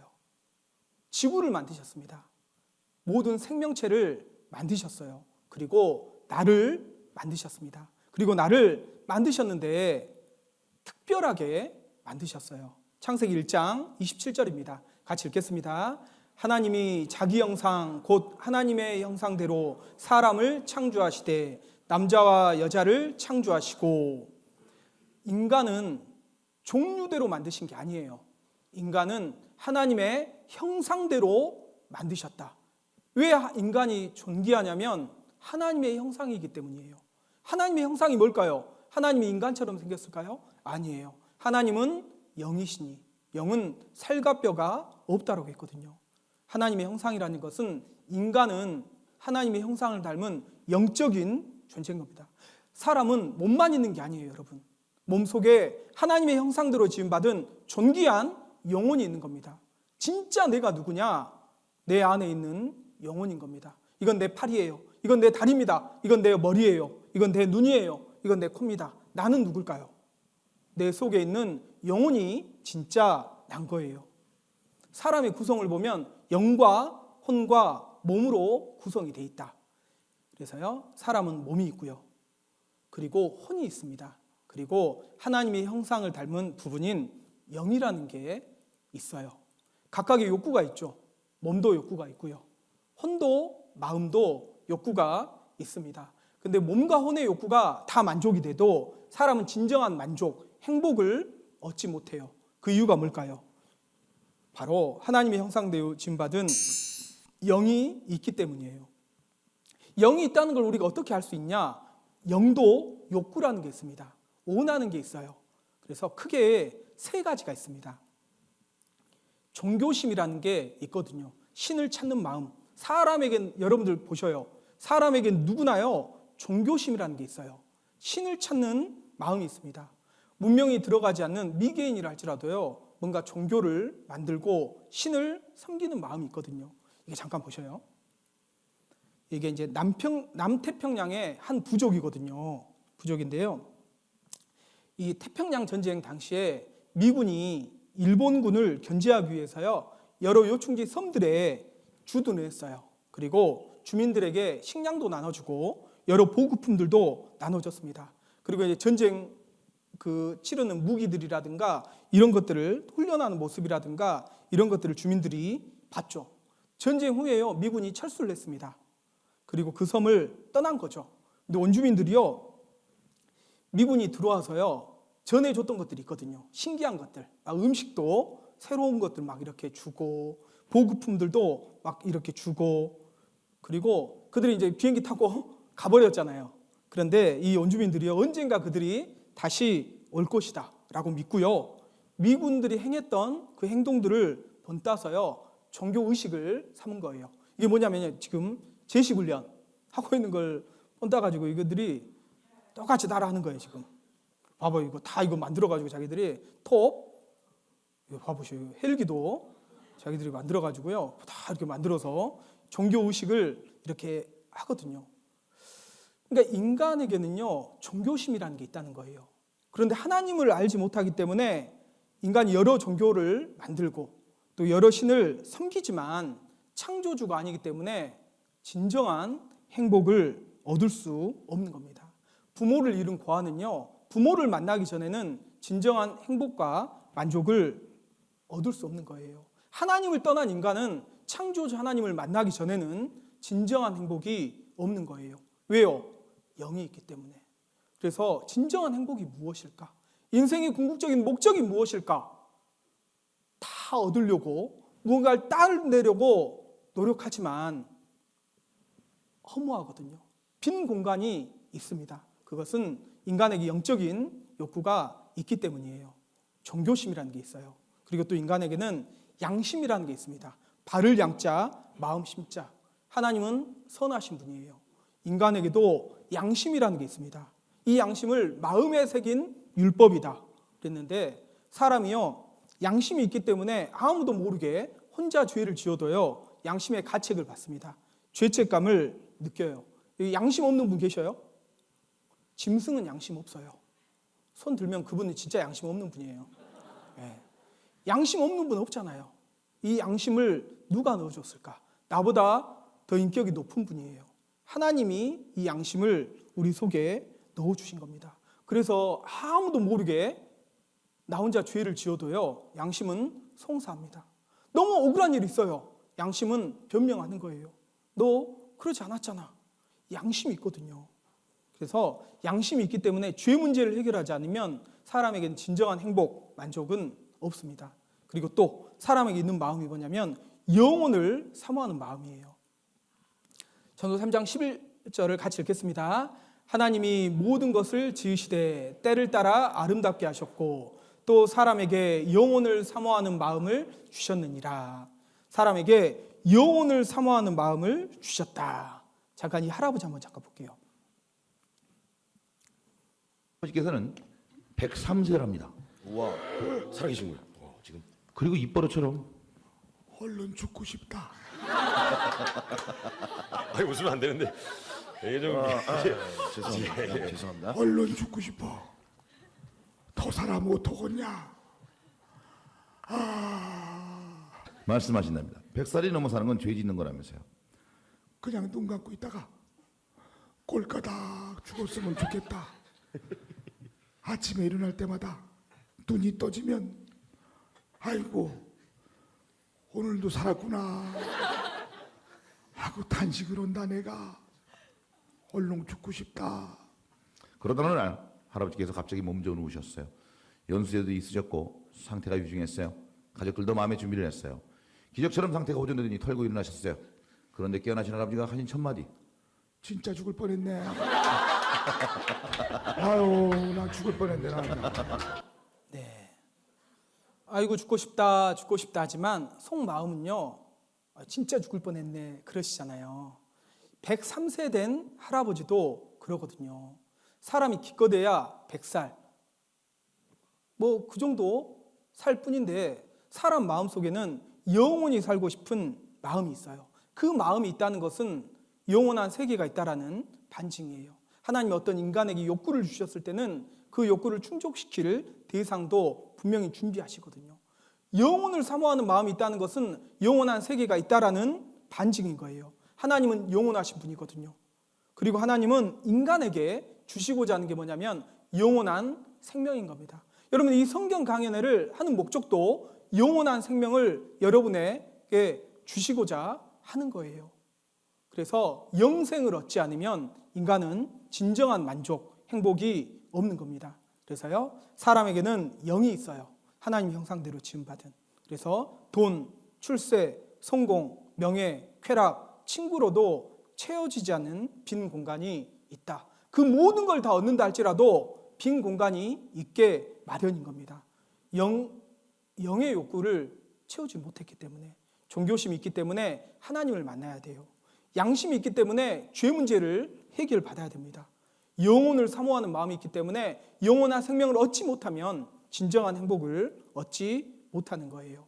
하나님을 만나서 죄 문제를 해결받고 영원한 생명을 얻을 때 인생의 진정한 행복을 얻고 인생의 목적을 달성할 수 있는 겁니다. 나는 어디로 갈까? 죽음 이후에는 어떻게 될까? 전도서 12장 7절입니다. 같이 읽겠습니다. 흙은 여전히 땅으로 돌아가고 신은 그 주신 하나님께로 돌아가기 전에 기억하라. 사람이 죽을 때 돌아가셨다라는 표현을 써요. 적절한 표현이죠. 잠시 잠깐 후에 이제 오늘 1일차 말씀이 끝날 거예요. 끝나면 여러분 돌아갈 겁니다. 어디로요? 집으로. 돌아간다라는 말은 왔던 곳으로 다시 간다는 말이거든요. 죽음이란 소멸을 말하는 게 아니에요. 죽음은 이 성경에 보면 돌아간다라고 말씀을 하고 있어요. 흙은 여전히 땅으로 돌아가고, 흙은 인간의 몸을 말하는 거예요. 몸은 흙으로 만들어졌거든요. 결국 땅 속에 묻히고 한 줌의 흙으로 돌아가는 거예요. 그런데 사람은 몸만 있는 게 아니라고 그랬죠. 몸속에 하나님의 형상대로 지음받은 영, 신이라고 되어 있는데 영어 성경에 보면 스피릿이 잘못됐는데요. 스피릿, 이 영이거든요. 영이 몸속에 있는 거예요. 그 영은 그 주신 하나님께로 돌아가기 전에 그랬는데 하나님이 이 영을 넣어주신 거예요. 흙으로 사람을 지으시고 생기를 그 코에 불어넣으시니 사람이 생영, 살아있는 영이 된지라. 하나님이 그 영을 불어넣으신 거거든요. 그런데 하나님이 주셨기 때문에 어디로 돌아가냐면 하나님께로 돌아간다라고 말씀하거든요. 사람이 죽으면요 없어졌다 그렇게 표현 안 해요. 돌아가셨다. 그 말은 왔던 곳으로 다시 갔단 말이에요. 영혼이 하나님께로부터 왔기 때문에 하나님께로 돌아가는 겁니다. 별세하셨다. 이별 별자, 세상 세자. 몸은 세상 가운데 있잖아요. 무엇이 이별했단 말이에요? 몸속에 있는 영혼이 몸을 떠났단 말이에요. 이 세상을 떠났단 말이에요. 그리고 숨을 거두다. 이 표현도 보십시오. 숨을 거두다. 누군가가 거두어 간 거거든요. 우리가 농부가요 봄에 씨앗을 심잖아요. 그래서 가을에는 곡식을 거둡니다. 곡식 중에서 알곡은 곡간에 들이고요. 쭉정이는 꺼지지 않는 불에 태우신다고 그랬는데 쭉정이는 불에 던져 넣어버리는 것처럼 하나님이 인간에게 숨을 심으셨어요. 영혼을 심으신 겁니다. 그리고 언젠가는 그 숨을 거두어 가시는 거예요. 죽을 때 하나님이 숨을 거두어 가요. 그래서 숨을 거두셨습니다. 누가? 하나님이 거두시는 거예요. 그리고 구원받은 사람들, 영원한 생명을 얻은 사람은 하나님 계신 영원한 천국 곳간에, 구원받지 못한 사람은 영원한 불못으로 던져진다라고 말씀하거든요. 알곡과 같은 구원받은 사람은 천국으로, 구원받지 못한 사람은 영원한 지옥으로 가는 것이 하나님의 프로그램인 거예요. 욥기 19장 26절입니다. 같이 읽겠습니다. 나의 이 가죽 이것이 썩은 후에 내가 육체 밖에서 하나님을 보리라. 나의 가죽, 내 몸을 가리키는 겁니다. 근데 나의 이 가죽 이것이 썩은 후에, 죽은 후가 있다라는 거예요. 죽은 후에 나는 분명히 죽었는데 이 내가 누구예요? 나의 영혼을 말하는 거예요. 진짜 나를 말하는 겁니다. 이 내가요 육체 밖에서 육체를 떠나는 거예요. 그리고 누구한테 가냐면 하나님께로 가요. 하나님을 보리라 라고 말씀하거든요. 여러분, 죽음 이후에 반드시 하나님을 만나는 날이 있습니다. 이 사실을 부정하는 사람도 반드시 하나님을 만날 거예요. 준비해야 되거든요. 하나님 만날 준비해야 됩니다. 그런데 육체 밖에서 하나님을 보리라고 그랬잖아요. 이 건물 안에 있을 때는요 하늘을 볼 수 없어요. 맞죠? 건물 밖으로 벗어나야지 하늘을 볼 수 있는 것처럼 육체 안에 있을 때는 영이신 하나님을 볼 수 없습니다. 육체 밖에 벗어났을 때 죽음 이후에 하나님을 보리라 라고 말씀을 하고 있습니다. 그래서요 죽음이란 야고보서 2장 26절에 보면 영혼 없는 몸이 죽은 것 같이 영혼과 몸의 분리를 육체의 죽음이다 라고 이야기를 하는 거예요. 나는 어디서 와서 어디로 갈까? 몸은 흙에서 왔기 때문에 한 줌의 흙으로 돌아가지만 진짜 나 영혼은 하나님께로부터 왔기 때문에 어디로 돌아가냐면 하나님께로 가는 겁니다. 그 전에 우리는 준비해야 돼요. 하나님 만날 준비를 하고 살아야 됩니다. 마지막 말씀입니다. 전도서 12장 1절 말씀 같이 읽겠습니다. 너는 청년의 때 곧 곤고한 날이 이르기 전 나는 아무 낙이 없다고 할 해가 가깝기 전에 너의 창조자를 기억하라. 내 영혼이 하나님께로 돌아가기 전에 너의 창조자를 기억하라. 죽기 전에 나의 창조자 하나님 만날 준비를 하고 살라는 겁니다. 이번 한 주는 그 준비하는 시간이에요. 그래서 이제 오늘은 인생의 가장 근본적인 문제, 나는 어디서 와서 어디로 가며 내 인생의 목적이 무엇인지, 그리고 정말 그 하나님이 살아계신가, 그리고 하나님이 이 세상을 그리고 나를 만드신 창조주라는 것을 배웠습니다. 내일도 이어서요 정말 하나님이 어떤 분이신지 배울 거예요. 간절히 바라고 원하는 것은 오늘 하루만 참석해야 되겠다, 혹 이런 분이 계실지 모르겠어요. 어떤 분에게는 이번 집회가 개인적으로 마지막 기회일 수 있습니다. 여러분, 중요하고 해야 될 일이 있는 거 알아요. 바쁘고 힘든 일이 있다는 거 압니다. 그런데 내 영혼의 문제를 해결하는 것보다 더 중요하고 더 급박한 일은 없습니다.